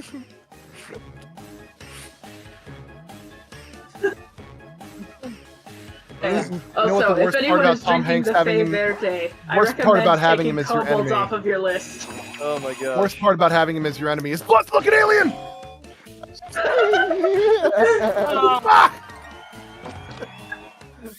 Audience swing vote. Next we have Oh your gosh. geometry teacher's favorite pickup line. Oh no. I never had a Here we go. All right, vote for the one you like best. Ah. I like this one. I gotta go with the He had a one. cute. By the way, after this, I'm not gonna I'll join the choose next the one that I so get. Someone can take my place. I get both of them. I messed up. Better. Mine's geology. I did geology because I Yeah. read geology instead of geometry. Yeah, I was about to say. Geology and geometry still. I still thought it was funny. And now I thought it was just a non sequitur, but I respect the non sequiturs. Oh, Is it I see. kobold? Is it also kobold? Oh, zeros. this player had a catchphrase. Oh my gosh. Maybe we do have. Here we go!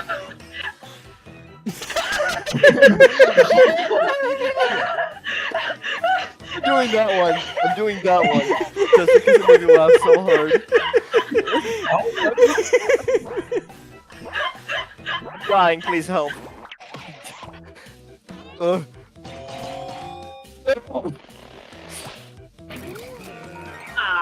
Oh, This is getting out of hand. maybe we do have to put up a rule about kobolds. A brutally honest theme for a valedictorian speech. Kobold. Oh no! Kobolds.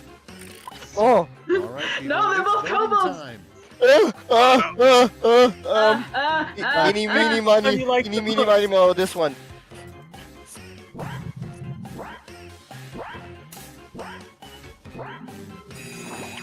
Man, I was doing so well, and then I got devastated by kobolds. The story of many an adventurer. Right? Round 2 for the ages. Let's see how you did. Gonna burn your village. Do we have to put a new rule now? Where it's like So new rule, no low effort kobolds. If you have a really good kobold joke, go for it. But no But if low you just effort type kobolds. kobold, maybe A final chance. Quality kobolds maybe only. ease up on the pandering. Only the highest quality kobolds, aged for 10 years. Separate responses. Pretty cool, Oh, no.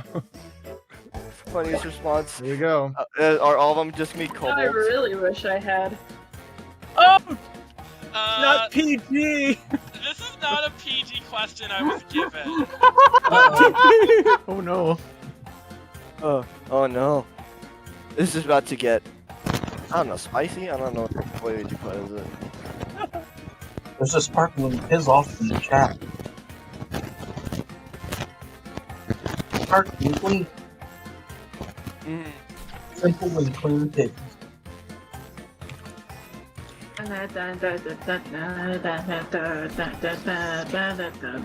Why does this remind me of the Tetris theme? Oh yeah. Now I can't. Kalinka. Now I can't stop thinking about it. Thanks. Kalinka's a really good song in general. Yeah. I don't hear it. You don't hear it? It's just the general pacing, I think. Yeah. Instrumentation and yeah, I hear it. All right, I there might be a little kobold in mine, but there is I have put a lot of effort into it. Yeah, Is it a quality kobold or is it just a slapstick kobold? Question. I'm curious what you did. Quality kobolds. Tick tock, time's almost up. Hey, but I thought all just kobolds winged it, were mine quality was probably kobolds. terrible. I can't speak. High quality kobolds for jokes, but usually they're And very memes. high quality. And memes, yeah. Yeah, I get If it. it's You funny, can't rush go a good for it. poop joke. My The super irony. leg.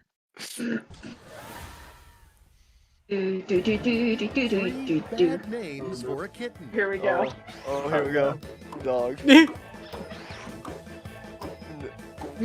No. Okay, that is a really bad name. Some kittens like keyboard smashes as their name. Whoever put it in the message in chat. Like, how do you call them? You're like. Maybe you should ask Elon Musk how to pronounce that second name. It's my response to being called cute. Just mental keyboard smash. Oh, what is it? Yeah, oh. So Ziklunusk is Ooh, that was actually close. So the middle one, XLBLJNSK, is actually from an Isaac Asimov thing about writing characters' names in science fiction. Oh! The three I best have versions. 2 multiple universes in the Cosmic Egg. I guess. Everyone shun. They had kobold in it. They couldn't compete. Oh, I actually No put a lot of contest. effort in that one. Terms for the word orgasm. Oh. I see. Oh. Hey, wait a minute. Hey.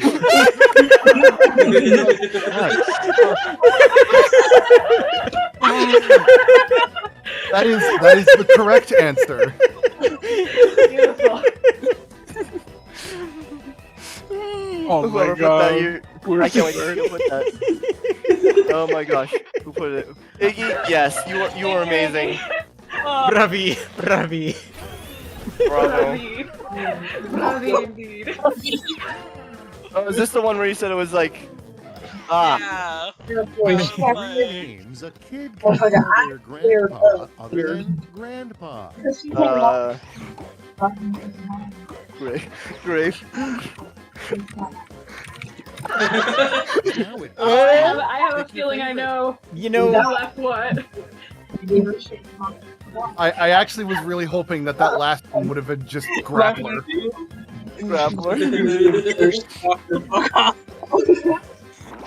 Okay. I thought it was me. Same, I thought it was Jay too. Oh, Take a deep breath and behold the final scores. oh, let's see this. Oh gosh. I really thought I'd had it.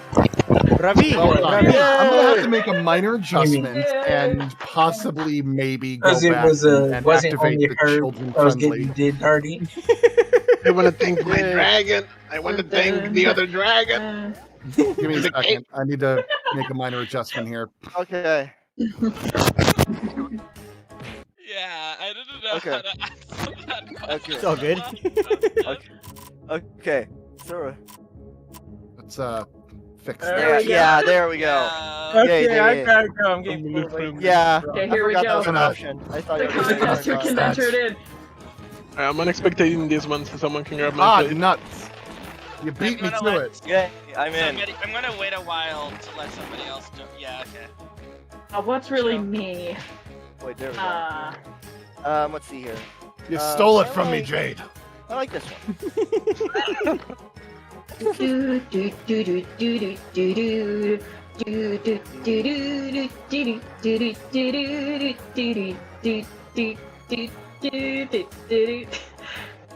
The stream that probably isn't going to be in time.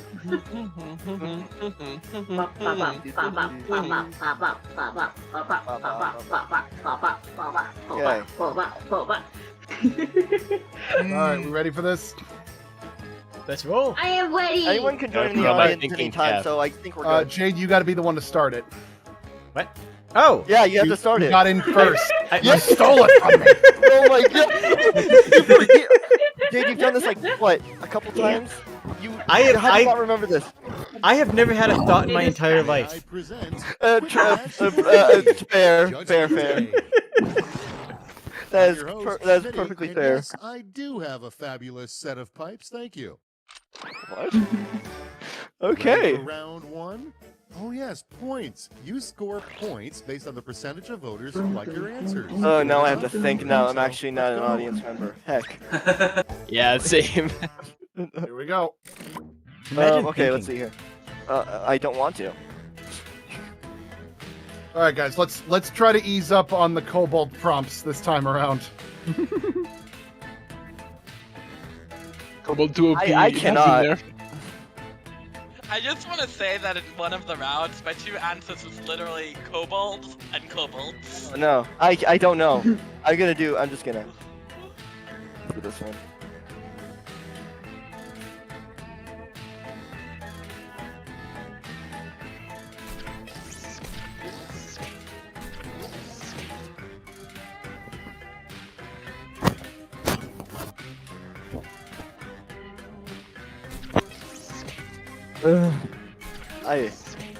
I did not include any kobold stuff. I couldn't think. Look, if okay, I one of these answers, if it doesn't win, then like that's on you guys for not like catching on. Like one of these has to be a shoo-in. One of these has to like. Come on. I wasn't clever enough in one of them. I just did a thing. Time's running out. Wrap it up or use your safety whip if you have to. Safety quips to get you through this.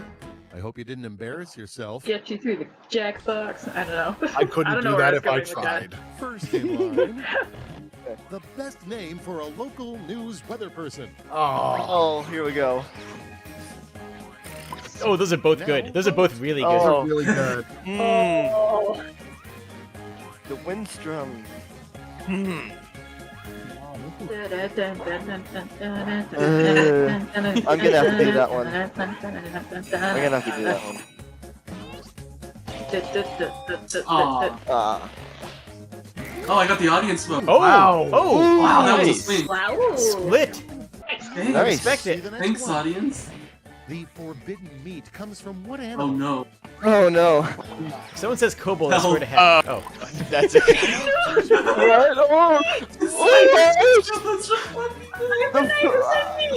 All my dogs are chihuahuas. I can't do this. It's a chinchilla, not a chihuahua. I can't just read. You expect me to read properly at this hour? Fair. Ooh. Audience pushed it through.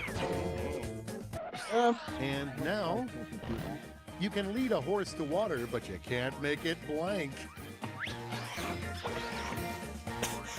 Oh no! Oh, that first one hurt. Savage. You can lead a horse to water, but you can't make it water a horse. Oh, they're These were both safeties? safety. Yeah, unfortunately, I couldn't think of anything. I feel Same. really dumb. Yeah. Next up. Thank you for getting me the win, What sound horseshoe does a question. shy gun make? What is it? Here we go. Now it's time to vote for your favorite.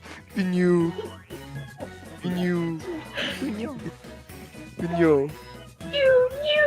Oh, I wish I got that one. I would know what the sound would be. Yeah.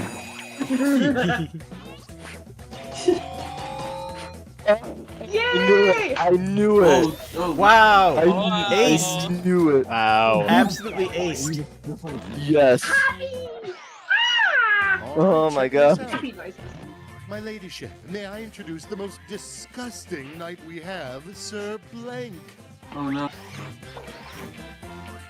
Listen. Decisions. Choose your favorite. Cirrhosis of liver. Oh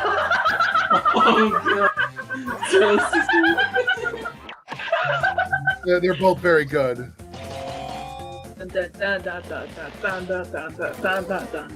I like cirrhosis of the liver. I'm proud of that one. I'm unironically proud of that one. It's texting me this out. Oh, it's the weather. Where you can go cry in peace. Any of them. Yeah, I was about to say. Now, pick your favorite. These are both good. These are both yeah, I also couldn't think of something. I feel really stupid. Yeah, I would have put in any of them for my answer here. Oh gosh, I wish you got this one. Walmart needs a kobold aisle. Ah. Oh, that's a safety? You guys got the same Yeah. score. The name of a substitute teacher no student would mess with. Uh-oh.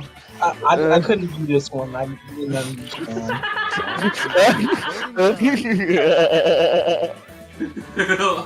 Okay.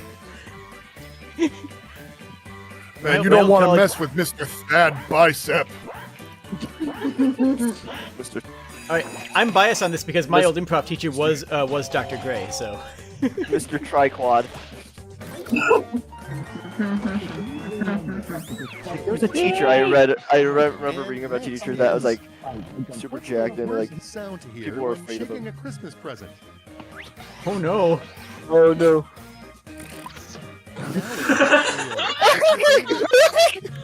No, that's the best sound to hear. No, that's the best one to hear.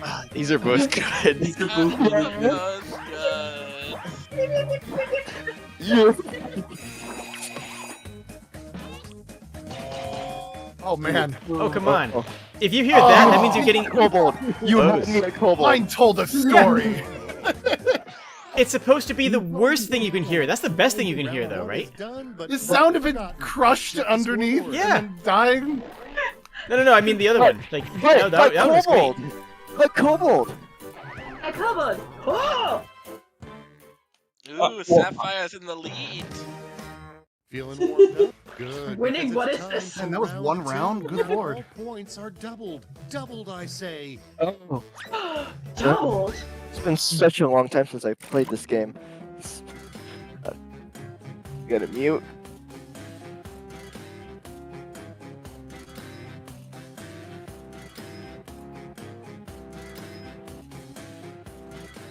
Ooh. Do I be how savage should I be? How savage should I be? Destroy him. Very Destroy. savage. Destroy.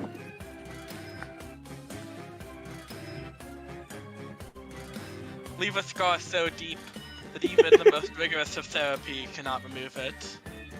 Oh no. All right, now that I know how to play the game, these are pretty good ones. Yeah. I just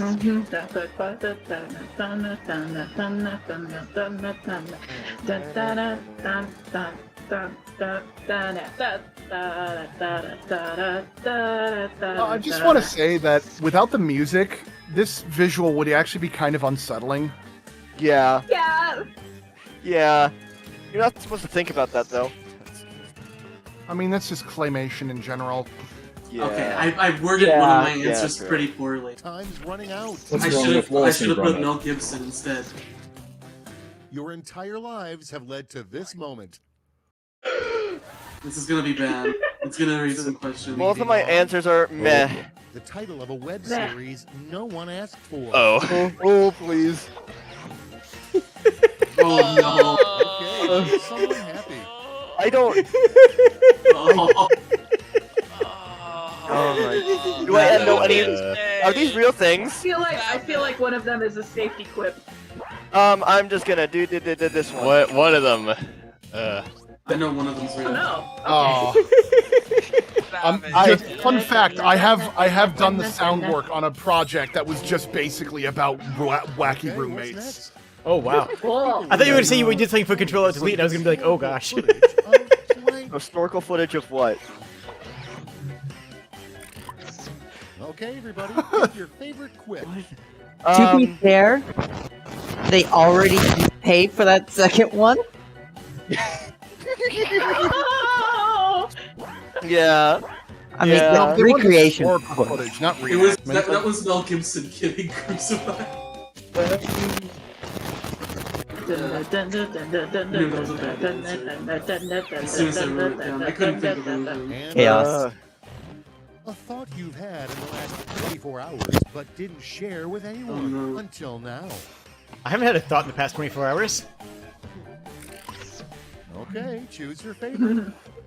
Mine would be, why don't we just call adult kittens cattens? Oh, what's a weird thought I've had? I have asked the question, are glass blowers good at roasting marshmallows? I won, but at what cost? To answer it. What do mannequins do when the department store closes?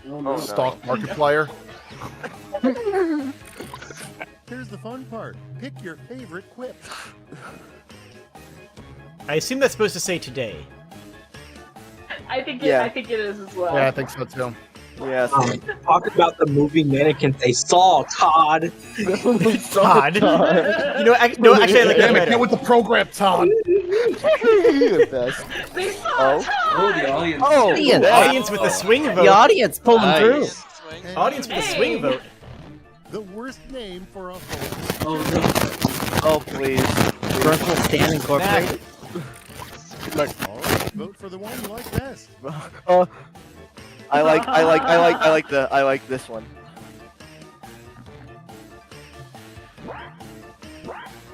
Very blunt. Purloin Solutions.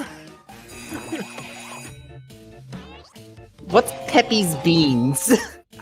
I don't know. I just want to split it. It's the next Wow, one. I got dunked. Like peppy He hair? watches your feet and toe beans and nothing else. Oh, I just wanted to split like security and something completely unrelated to security. That's all I was trying to think of. Player from being a globe-trotting secret Oh no. agent. And now it's time to vote for your favorite. Do they have height feel like requirements? I don't know. I don't think so. It just like hit you a stool. Oh wow. Oh wow. Oh wow. Everyone. Milky tiny. That was so Wow. fast too. The timer didn't run out. Let's see how they handle the next goal on Jeff Bezos' vision board. That's a good one. That's a really good one. You just don't even attempt the question.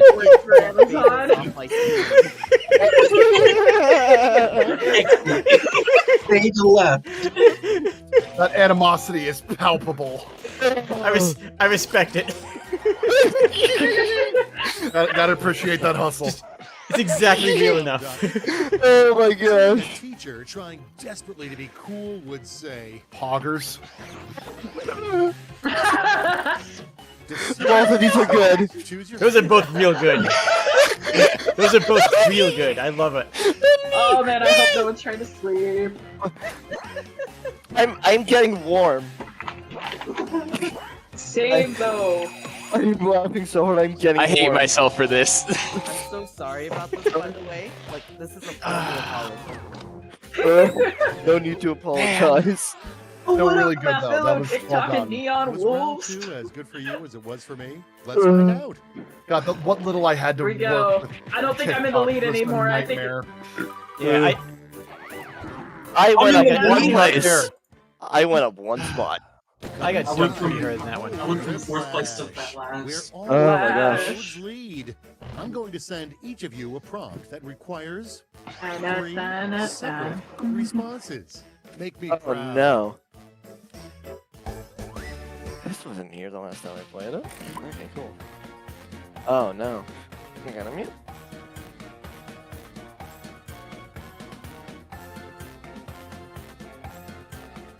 Hmm.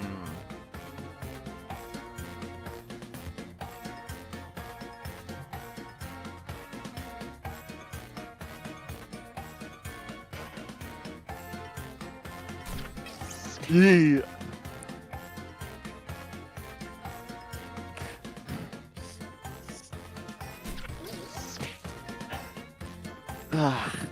I hope I get laughs. I hope I get laughs, because if Same. not, Is this good? I don't know, but we'll see. We will all see. I am very. I'm wondering what the reactions of mine will be. Yep. The absent. Yeah, this was a thing. Oh man, I should probably get Jackbox 7. Oh boy, what is Yeah. it called? I have like how many Jackboxes 4, are there? The best 5, and Jack 3. A lot. A lot. The best There's like- Jackbox potty pack is probably Floa, because that has Was it- Patently Stupid and Fibbage, I believe. What was like the one like? Wasn't it like You Don't Know Jack or something that first came out? Yeah. Ready Oh, for yeah. That It was like the very Surely. first one. You don't know Jack for Windows 95. Yeah. 3 things you'll probably never Apparently it was hold in also on the your Wii. hand. I Okay. expect Kobold. Mil- Oh, jeez. Oh, the set. Oh, Whoa. Okay, the second was a harsh but fair. Okay, cool. Job security. I'm that picking the is- left one that just is- because I'm angry at the right one. That is a tender kiss that I will never I experience tried. myself. I picked left just out of spite of how angry I am at the right one. I tried. Hottest trends of the summer Oh, will wait. be blank, blank, and blank.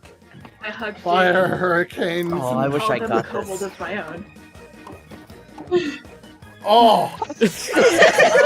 Oh. Wow, this is a plug. That is earned content right there. Plug. On the left we have extreme sarcasm, and on the right we have a shameless plug. You know, it would be even worse if I was the one that wrote that. Okay, I gotta be honest, I thought you wrote that. Did I? No, I mean, look, That's pretty good. look, That's pretty good.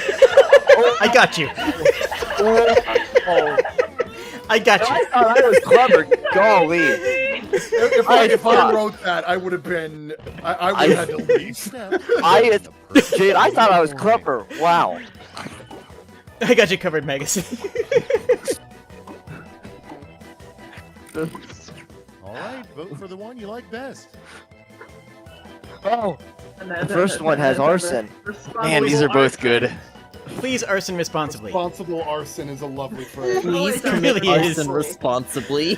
I have memories of falling off a bed with a 6-foot clearance, so I'm definitely going for that right one. Sorry, the arson did it I'm for me. constantly saying Same. arson responsibly over on Jade's server. Yeah, please commit responsible. Please commit arson responsibly is one of my channel memes. Things you'll find Trats, I lost the arson again. sale.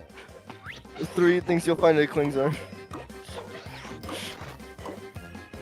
Oh my gosh. I have to hold on.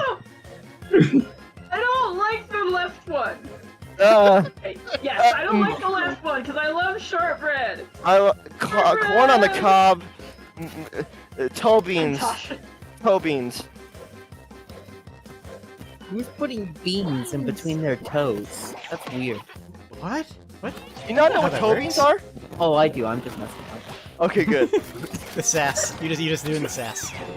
I'm sorry. Just the phrase "expired Scottish shortbread" is the most British thing I could think of.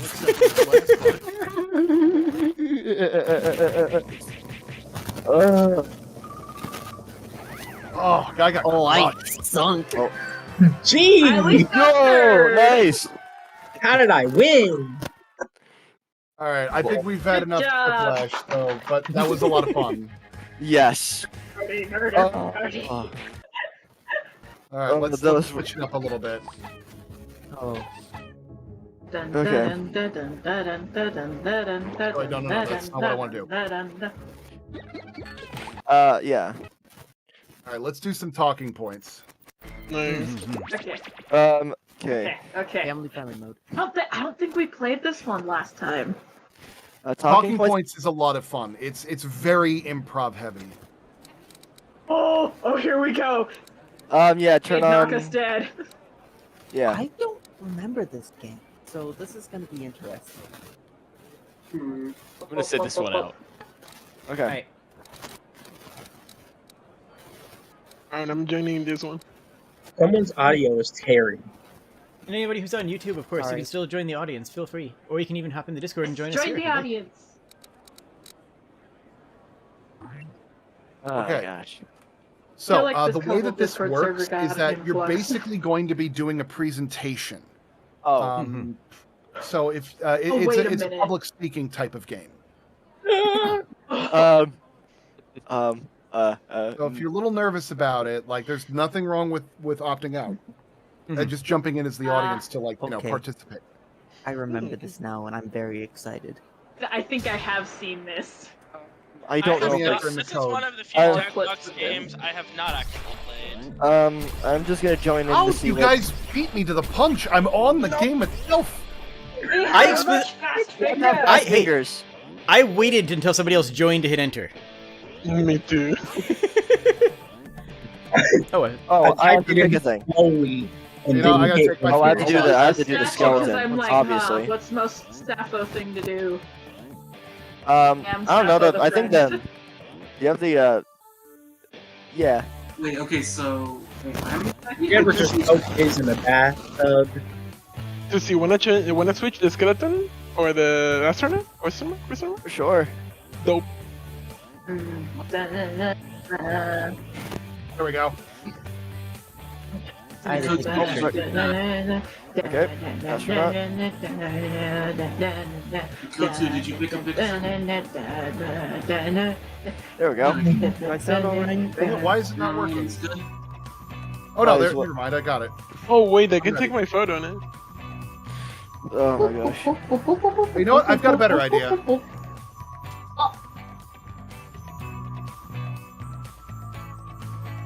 Yay! Oh, I can't do it a second time. Oh, for some reason my press when everybody's ready button isn't working. Hang on, I think I might have glitched it. Well, Is there it you go. exploding? Oh, it's starting. Oh, it messed up. It removed my photo. Talking points. Oh. We I'm have sorry. an impressive slate of speakers lined up, and guess what? They are all of you. Come on, Ooh, let's nice. get started. Yeah! First, you're going to come up with speech titles for each other. On your devices, finish the 3 speech titles you've been given. Fill in the blanks with something fun. Now is the time to be creative.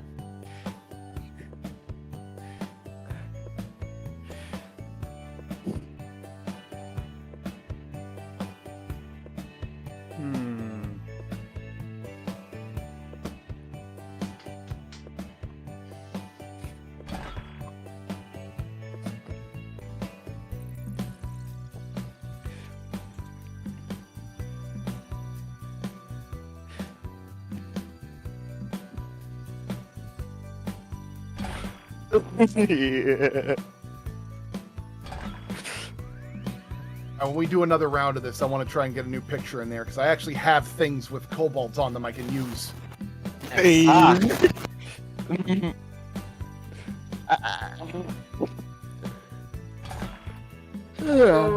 This is exciting. This is so exciting. Here we go. Here we go. Here we go. Oh, there's like a minute left. Either I'm going to be very good or very bad at this. What could possibly go wrong? Everything? Pasta could go wrong. You ever pick up Aspen? I don't know. The pasta I made earlier turned out pretty great. Cool. Picking up Aspen is the true pinnacle of kobold strength. As long as you try to be the opposite of me, yeah, nothing will go wrong.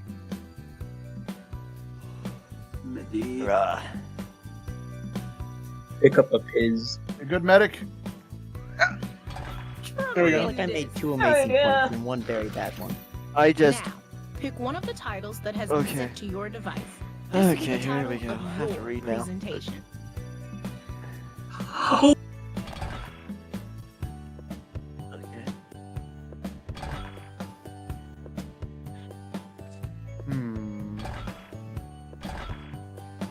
Oh no, I don't know how to do it. Wait,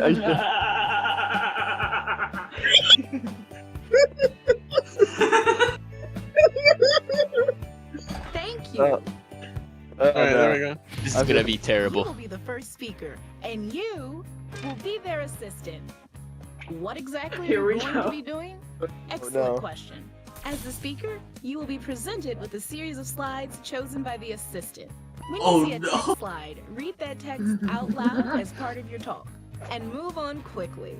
Oh, this is, When you this see a sounds picture amazing. slide, just say words until something makes sense. You can even draw and type on the slides. These slides will be picked in real time by the assistant.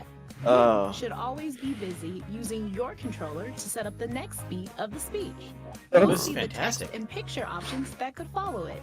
If you don't think the setup text fits the direction of the speech, tap it forward or back to get new options. All speeches will follow this exact structure.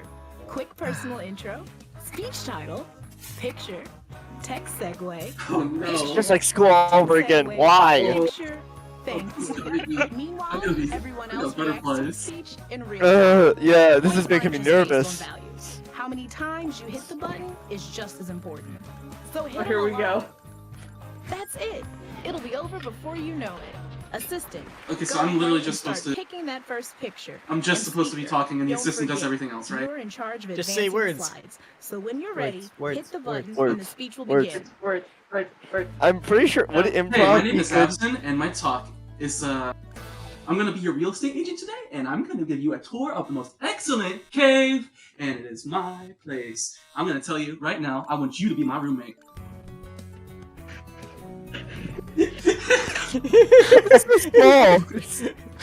Make it work.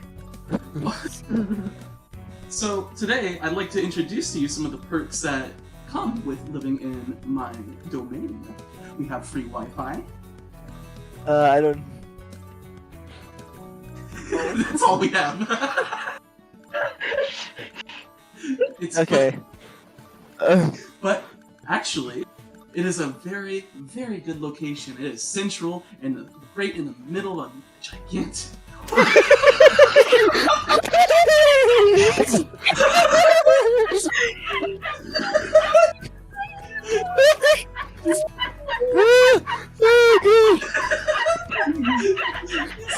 Is on a crater on the moon. I took down some other visitors here today for the showing. Say hello to Mr. Whiskers. The day you had Don't me worry. as an assistant. Don't worry, this will be here when you move in, okay? So we have beautiful vistas. We'll be terraforming the moon so that you will be able to enjoy such beautiful vistas with fabulous rivers such as Oh, goodness. Thank you so much for attending this. Gotta say, I want to live on the moon. Okay, so half of your score comes from how many times people hit the buttons. Up, down, it doesn't matter. Oh, you could not get Jade engaged. I had no idea what the buttons were supposed to be doing, so I was just listening. The qualitative judgment. Were you laughing along? I was. Sorry, I Good. didn't stop laughing. Some points The cat one just now is the broke perfect me. time to fill out a comment card. Okay. Write something funny. Don't overthink it. Oh, that was. I'm sorry. I'm sorry. You gonna be okay?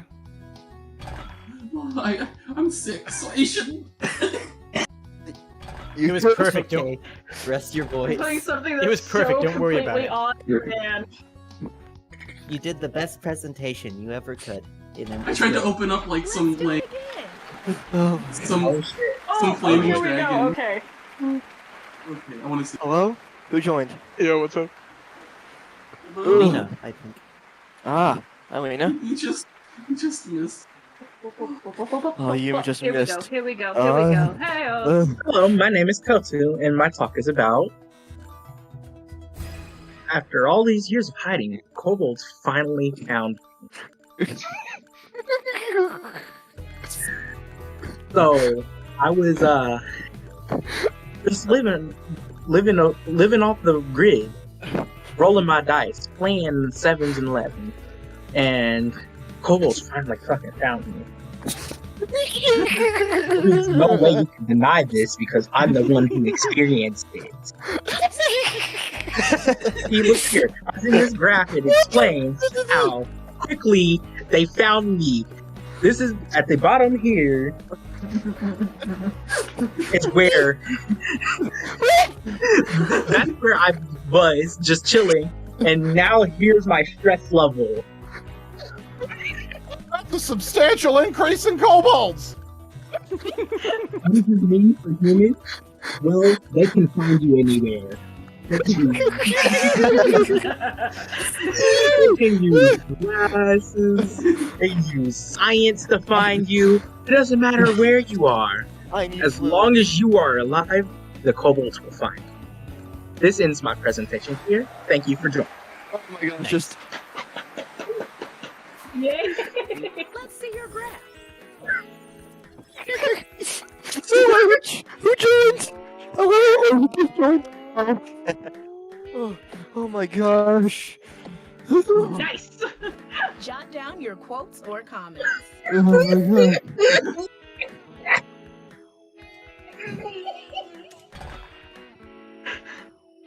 I know mine. Oh, this is amazing. Oh, I love this game. Oh my goodness.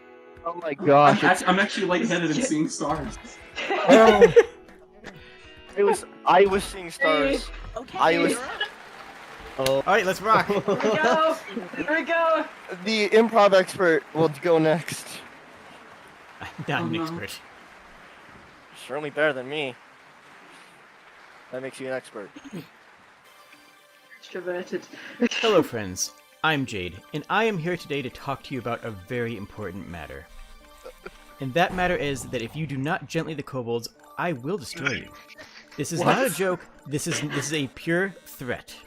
This is a simple ultimatum that if you do not gently the kobolds, then it is all over.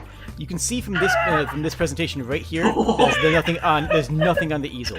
That will be you, because you will be nothing. And that raptor represents the kobold that's going to be looking at you, who is nothing, because you did not gently the kobolds. Do you understand? Are we on the same page? Okay. Well, moving on, we have to point out that we have good news and bad news. But the bad news can be said nicely. We can sugarcoat this. It's not actually going to be that much of a catastrophe, but you will die.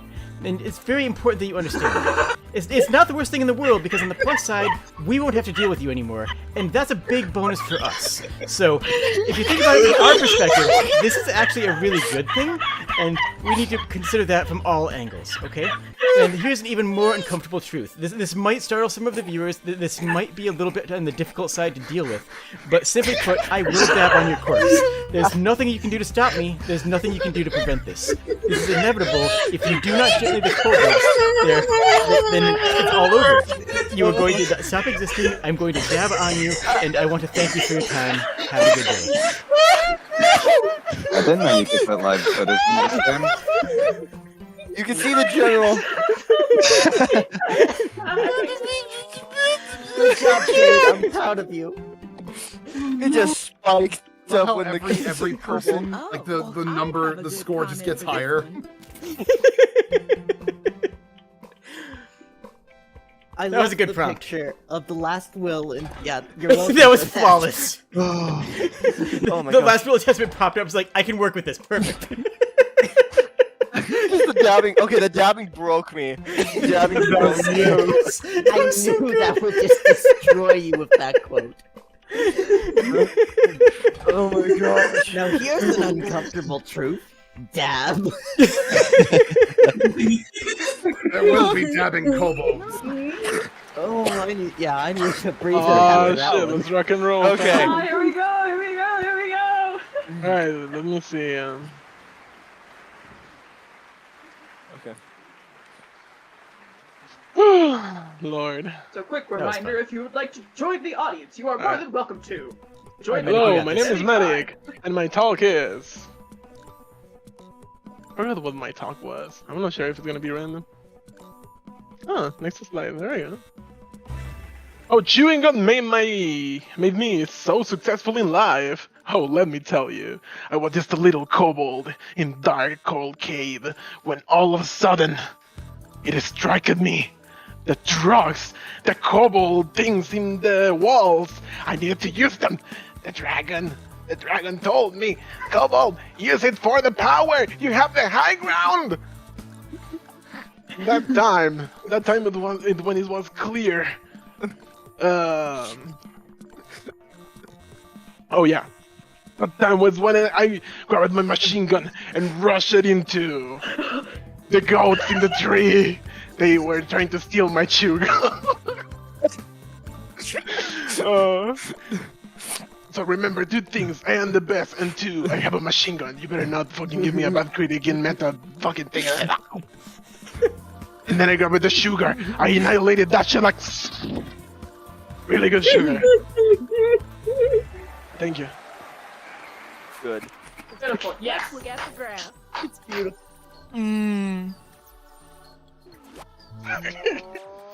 Fucking drugs. Good job, Comment Tuesday. hard, comment off. Thanks.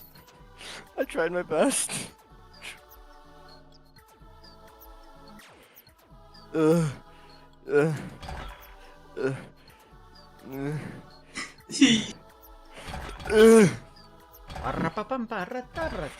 gosh, I'm burping.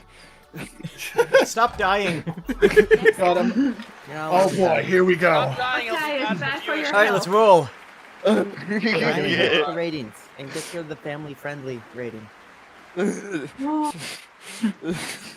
Greetings, ladies, gentlemen, kobolds, and that fantastic prism in between. I am Magus Serling, and today my talk will be...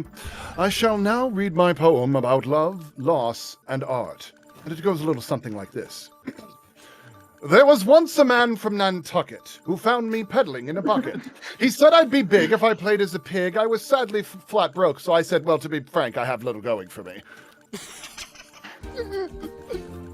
I'll tell you how profound that man was when he looked at me. With a donut on his head, I, for a brief moment, thought that he was hallucinating, or that I was hallucinating. In truth, I was actually hallucinating.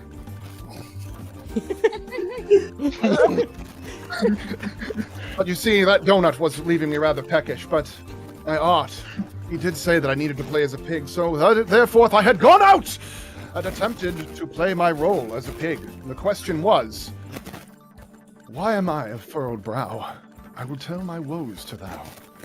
In truth, the pig needed to be a rather dramatic role, so I had to go out to the one place where drama flows like liquid butter. You see, I had found myself in a corporate office where gentlemen were attempting to find a better way to actually appease to the younger crowd, but these two gentlemen had not found it. They had lost their ways, and in truth, it was rather old of them to try and see if they can go out with propulsion. That pig needed to be made done. That needed to be made true. And so, I will now break meter to formulate a short haiku. Gently, the snake crawls down the lovely sandy beach. This is a haiku. Thank you. You have all been incredibly kind. Definitely not a haiku. My coffee jar will be out on the door. Please tip generously. I am indeed homeless. Gosh.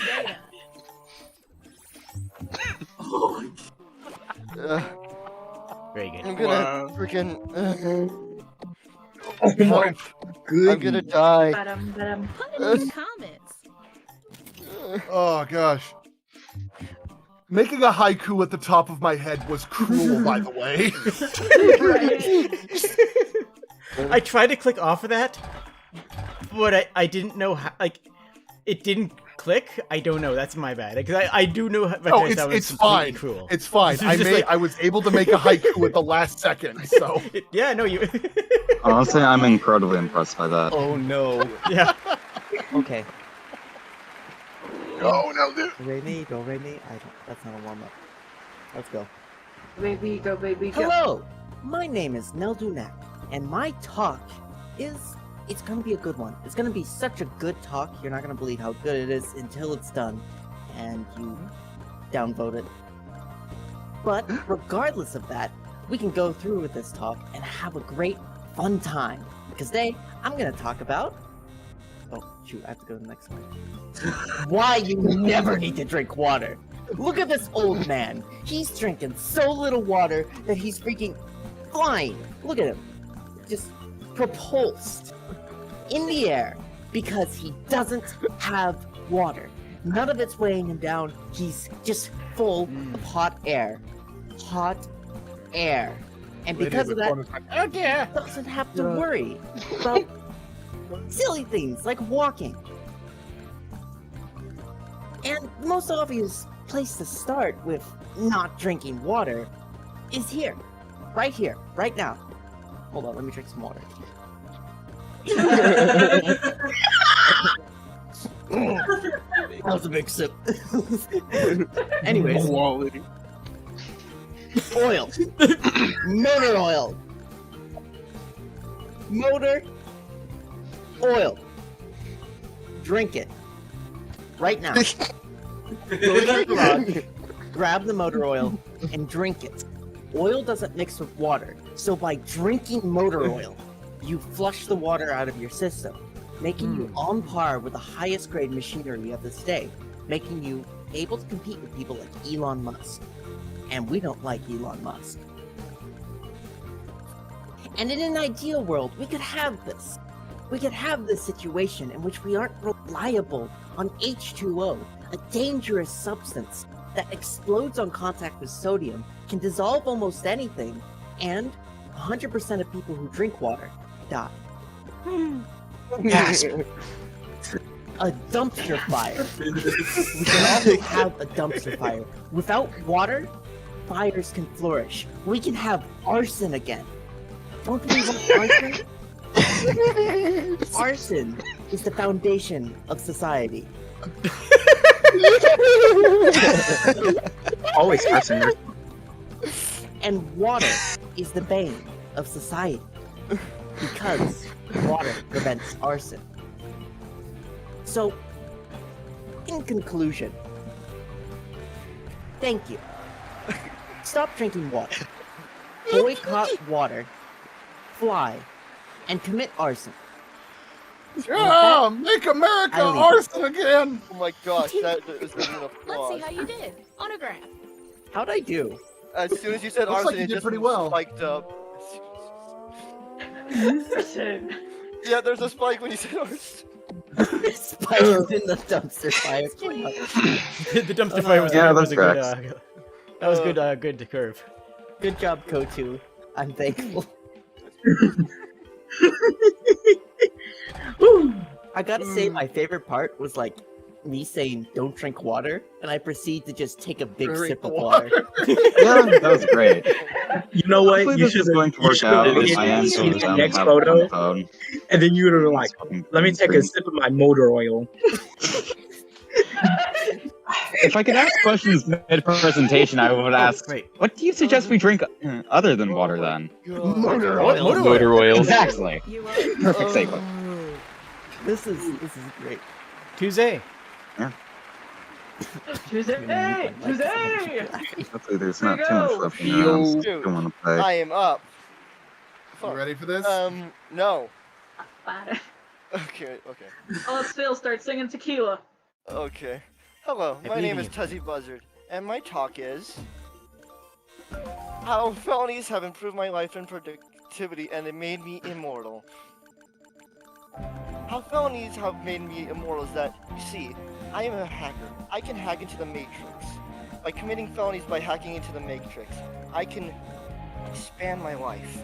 I can expand beyond this mortal realm.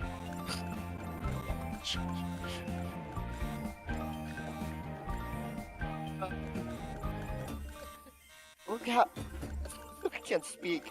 Look. You good? Hold on. This happens. Look, I have to get this off my chest. Really, I do.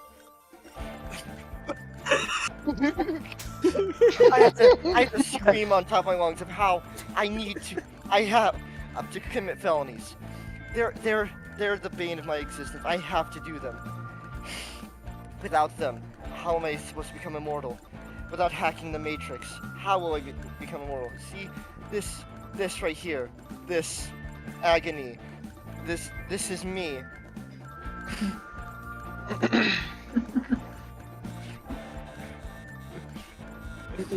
Legally, I can say this, but here I go. Legally, I can't say this, but here I go.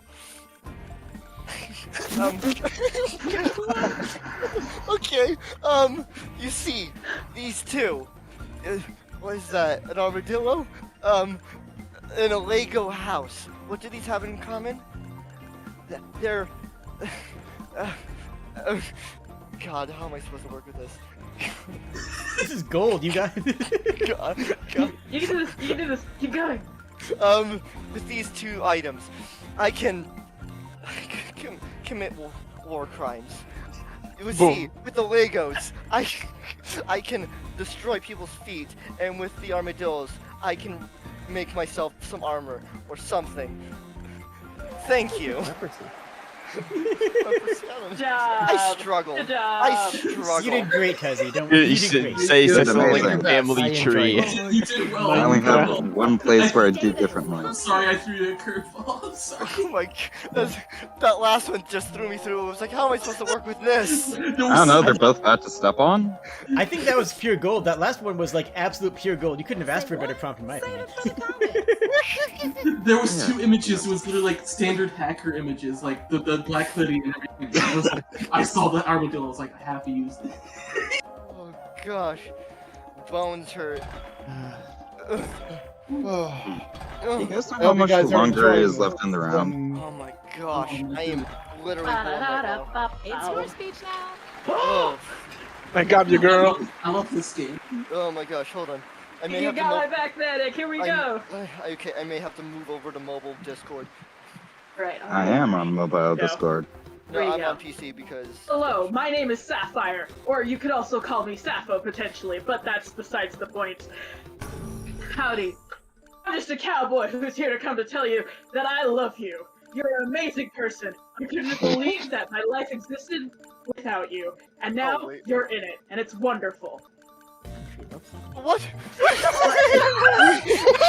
Oh my god. Spaghetti! My goodness, we could share some great spaghetti together. It would be absolutely fantastic. I mean, just look at all this joy, all this spaghetti. It's a wonderful thing. Spaghetti. You could splatter spaghetti everywhere. It would be the best thing ever. or spaghetti. Oh my god. I can share with you. Is there no sauce? Or something you only see out west where I live, in the middle of freaking nowhere.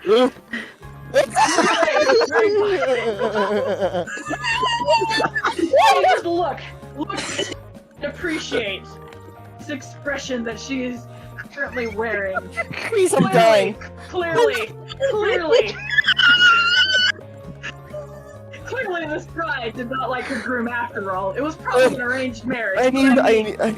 I need a drink. Perhaps they were even first cousins. Perhaps they were first cousins. Gatorade. But this isn't Alabama. Unfortunately. Why would I can't move anything. What? Just thank you, your There choice. we go. What? Three things a cowboy needs: a hat, boots, and a Ferrari. But honestly, If it's not gonna be a you can only Ferrari, I'm really gonna get be a Ferrari disappointed. by stealing from Elon Musk or Jeffrey Bezos. And any stealing you can do from Amazon is a wonderful and respected thing. Oh my god. I mean, just look, this would be Elon Musk if we stole Ferraris from him. This would be Jeff Bezos if we stole Ferraris from him. Who needs capitalism anyways? We're cowboys. We can do whatever the heck we want. We can arson responsibly. Communist cowboys? Thank you for listening to my presentation. Please, Sounds steal Ferraris beautiful. from Jeffrey Bezos. This is amazing. I can't believe that a communist cowboy wants to be my boyfriend. I like to imagine that's the same person in all three pictures. I mean, yeah. There's a narrative here. There's a story. It's a love story. It's a country love song. How did I do, Jade? How did I do? How was my improv? Truly moving. I like it. Amazing. Look at you, I forgot to graph. ask how mine was. I have no idea what I'm doing in the audience. I just know that I'm pressing buttons. My chest hurts. Yeah, I think pushing the buttons helps the score. You have to like keep pushing it a lot to keep it going. I mean, to $500,000. get higher. Man, if I had a penny for every score point I got, I'd have You have $500,000 approximately pennies. $5,000. Honestly, I love this, like the concept of this, but I don't understand the gamification. I don't understand how it becomes like, points. Oh wow, I did not do very well. Who did? Where am I? I did okay. Surprisingly well. I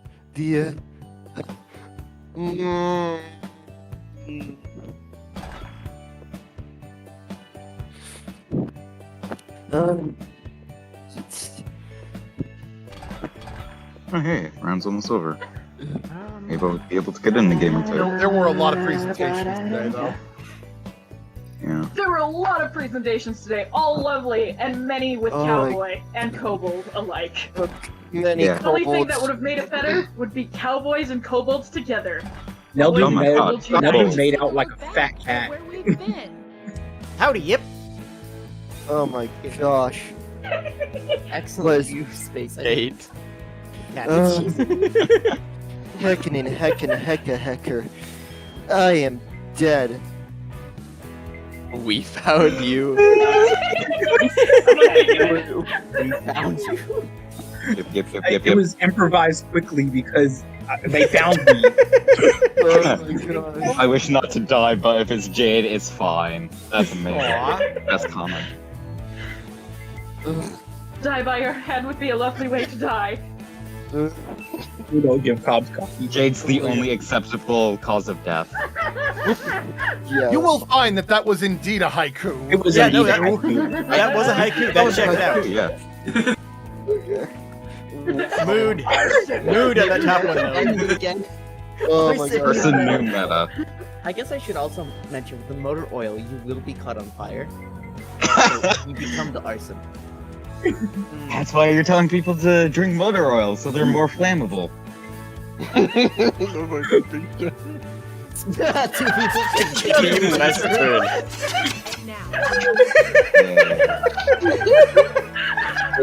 I'm angry at myself for not thinking of that. Like, Ceremony. I am actually angry at myself for not thinking about that. One last Yeah, I Spaghetti didn't think of Western. it either. and that includes the Oh, audience. gosh.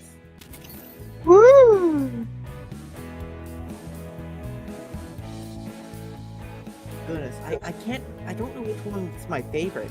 I mean, I really enjoyed big Jade's deal, but because I was also behind don't it, clothe it. and I got the final will and testament as the. They were ending. also good. They were all good, and everyone should feel proud of Hey, here themselves. we because are. They were all great. All of these were amazing. I wish I could participate. I like to think that I was okay. Caitlin was home. Just okay. The cat threw me for a loop. The fucking astronaut cat. Yeah. I almost died on the spot. I'm being told I'm being too loud. Oh my gosh. Oh god. Here we go. With the door closed. The shots fired. fired. Woo! They literally fired shots.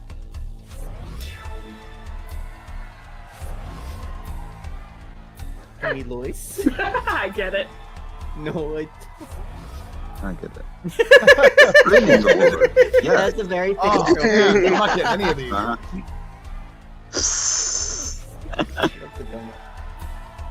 Done. Gently. Oh. I thought Jade was not very gently. Or screaming. Oh. What's a scream? It was a thing. It was a Lord. thing. Thank you.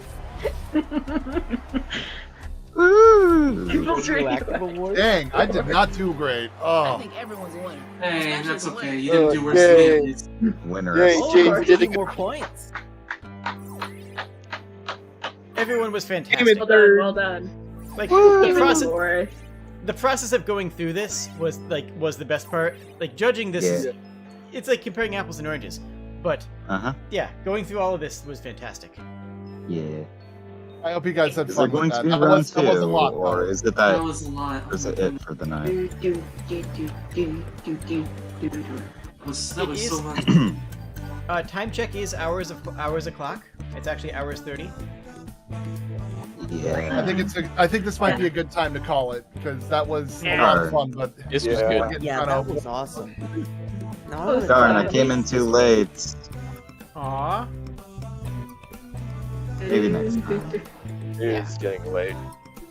Yeah, it is getting late over here as well. folks, thank you for having such a pleasant evening with me. I thank I you for really being so enjoyed being able to spend time with you No, all. you were the pleasant one. Woo! You should host this again sometime. Yeah. Friendly Please. reminder to everyone Please. watching.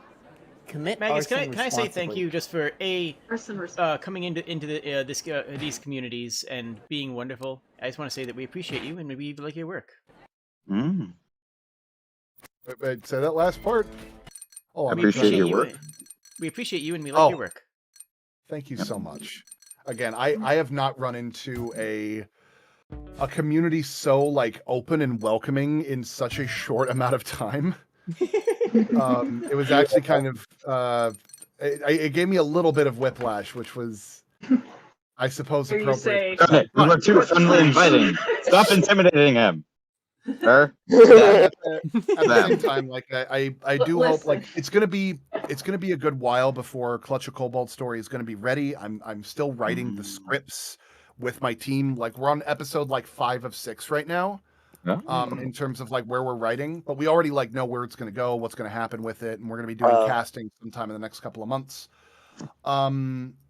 But if you want to like see the stuff that I've been doing prior to this and like get an idea of like my brand of humor, Magus Elgar is completely free. You can listen to it right now.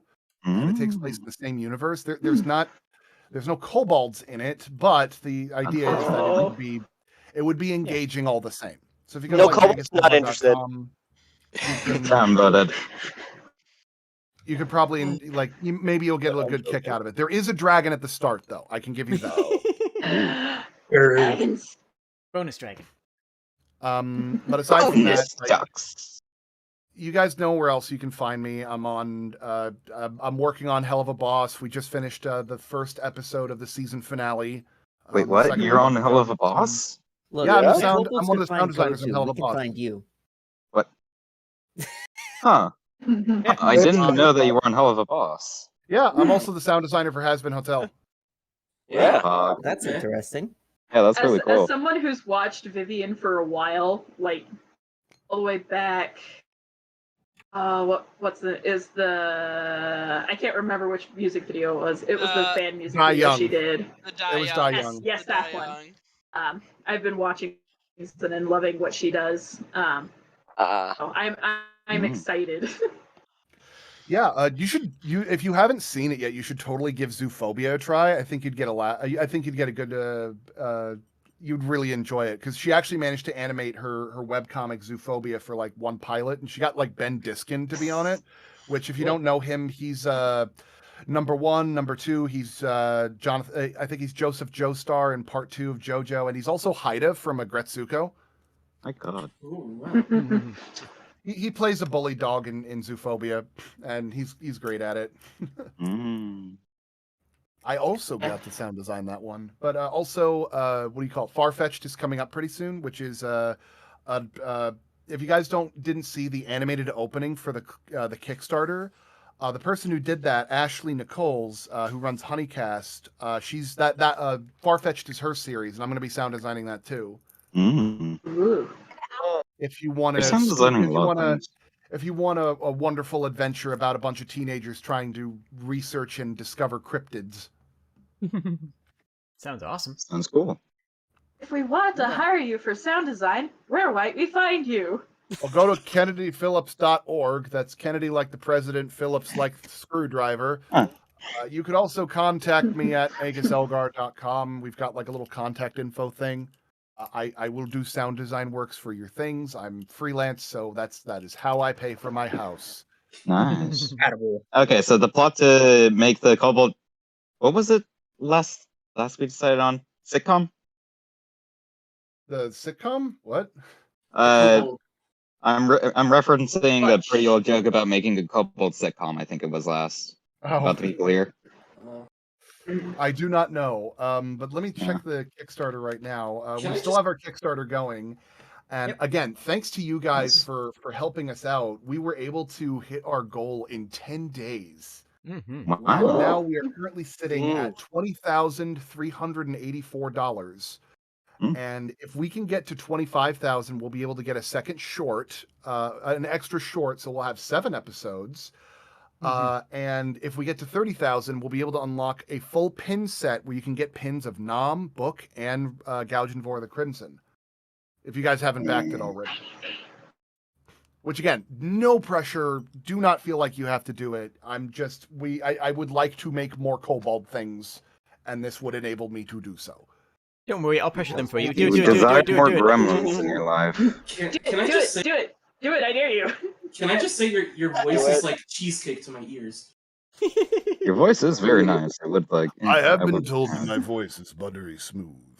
You've been I actually have a series on YouTube where I play as my namesake, Magus Serling Tenthorn, where I talk about various magical things in Hearth, and how you can enjoy and learn more about the wonderful planetine of Hearth, particularly about how magic works. I think I'm going to be doing an episode about dragons soon. Like, I actually have it like all recorded out and edited and everything, but it's an audio only thing. I might just post it on there because I was planning on having it be as part of a bigger series, but it never got off the ground because I was trying to get an animated series going, and I was trying to figure out all the different ideas behind it. And also, I found out that most people didn't really have much interest in it. But I have an animated short in the wings about emotospheres, that thing that I talked about during the interview portion of tonight. And I also had that little episode of Mega Serling talking about dragons. So I might be posting those. Lots of stuff.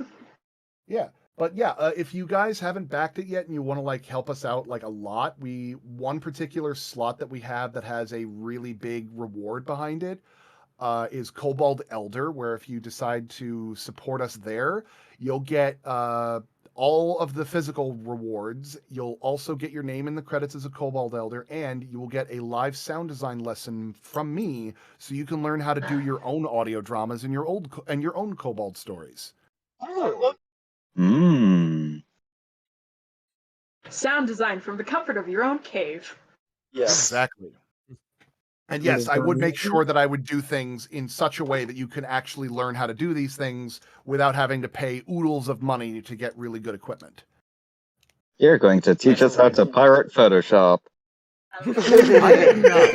Funny enough, you can actually get audio editing software for free if you just download Audacity.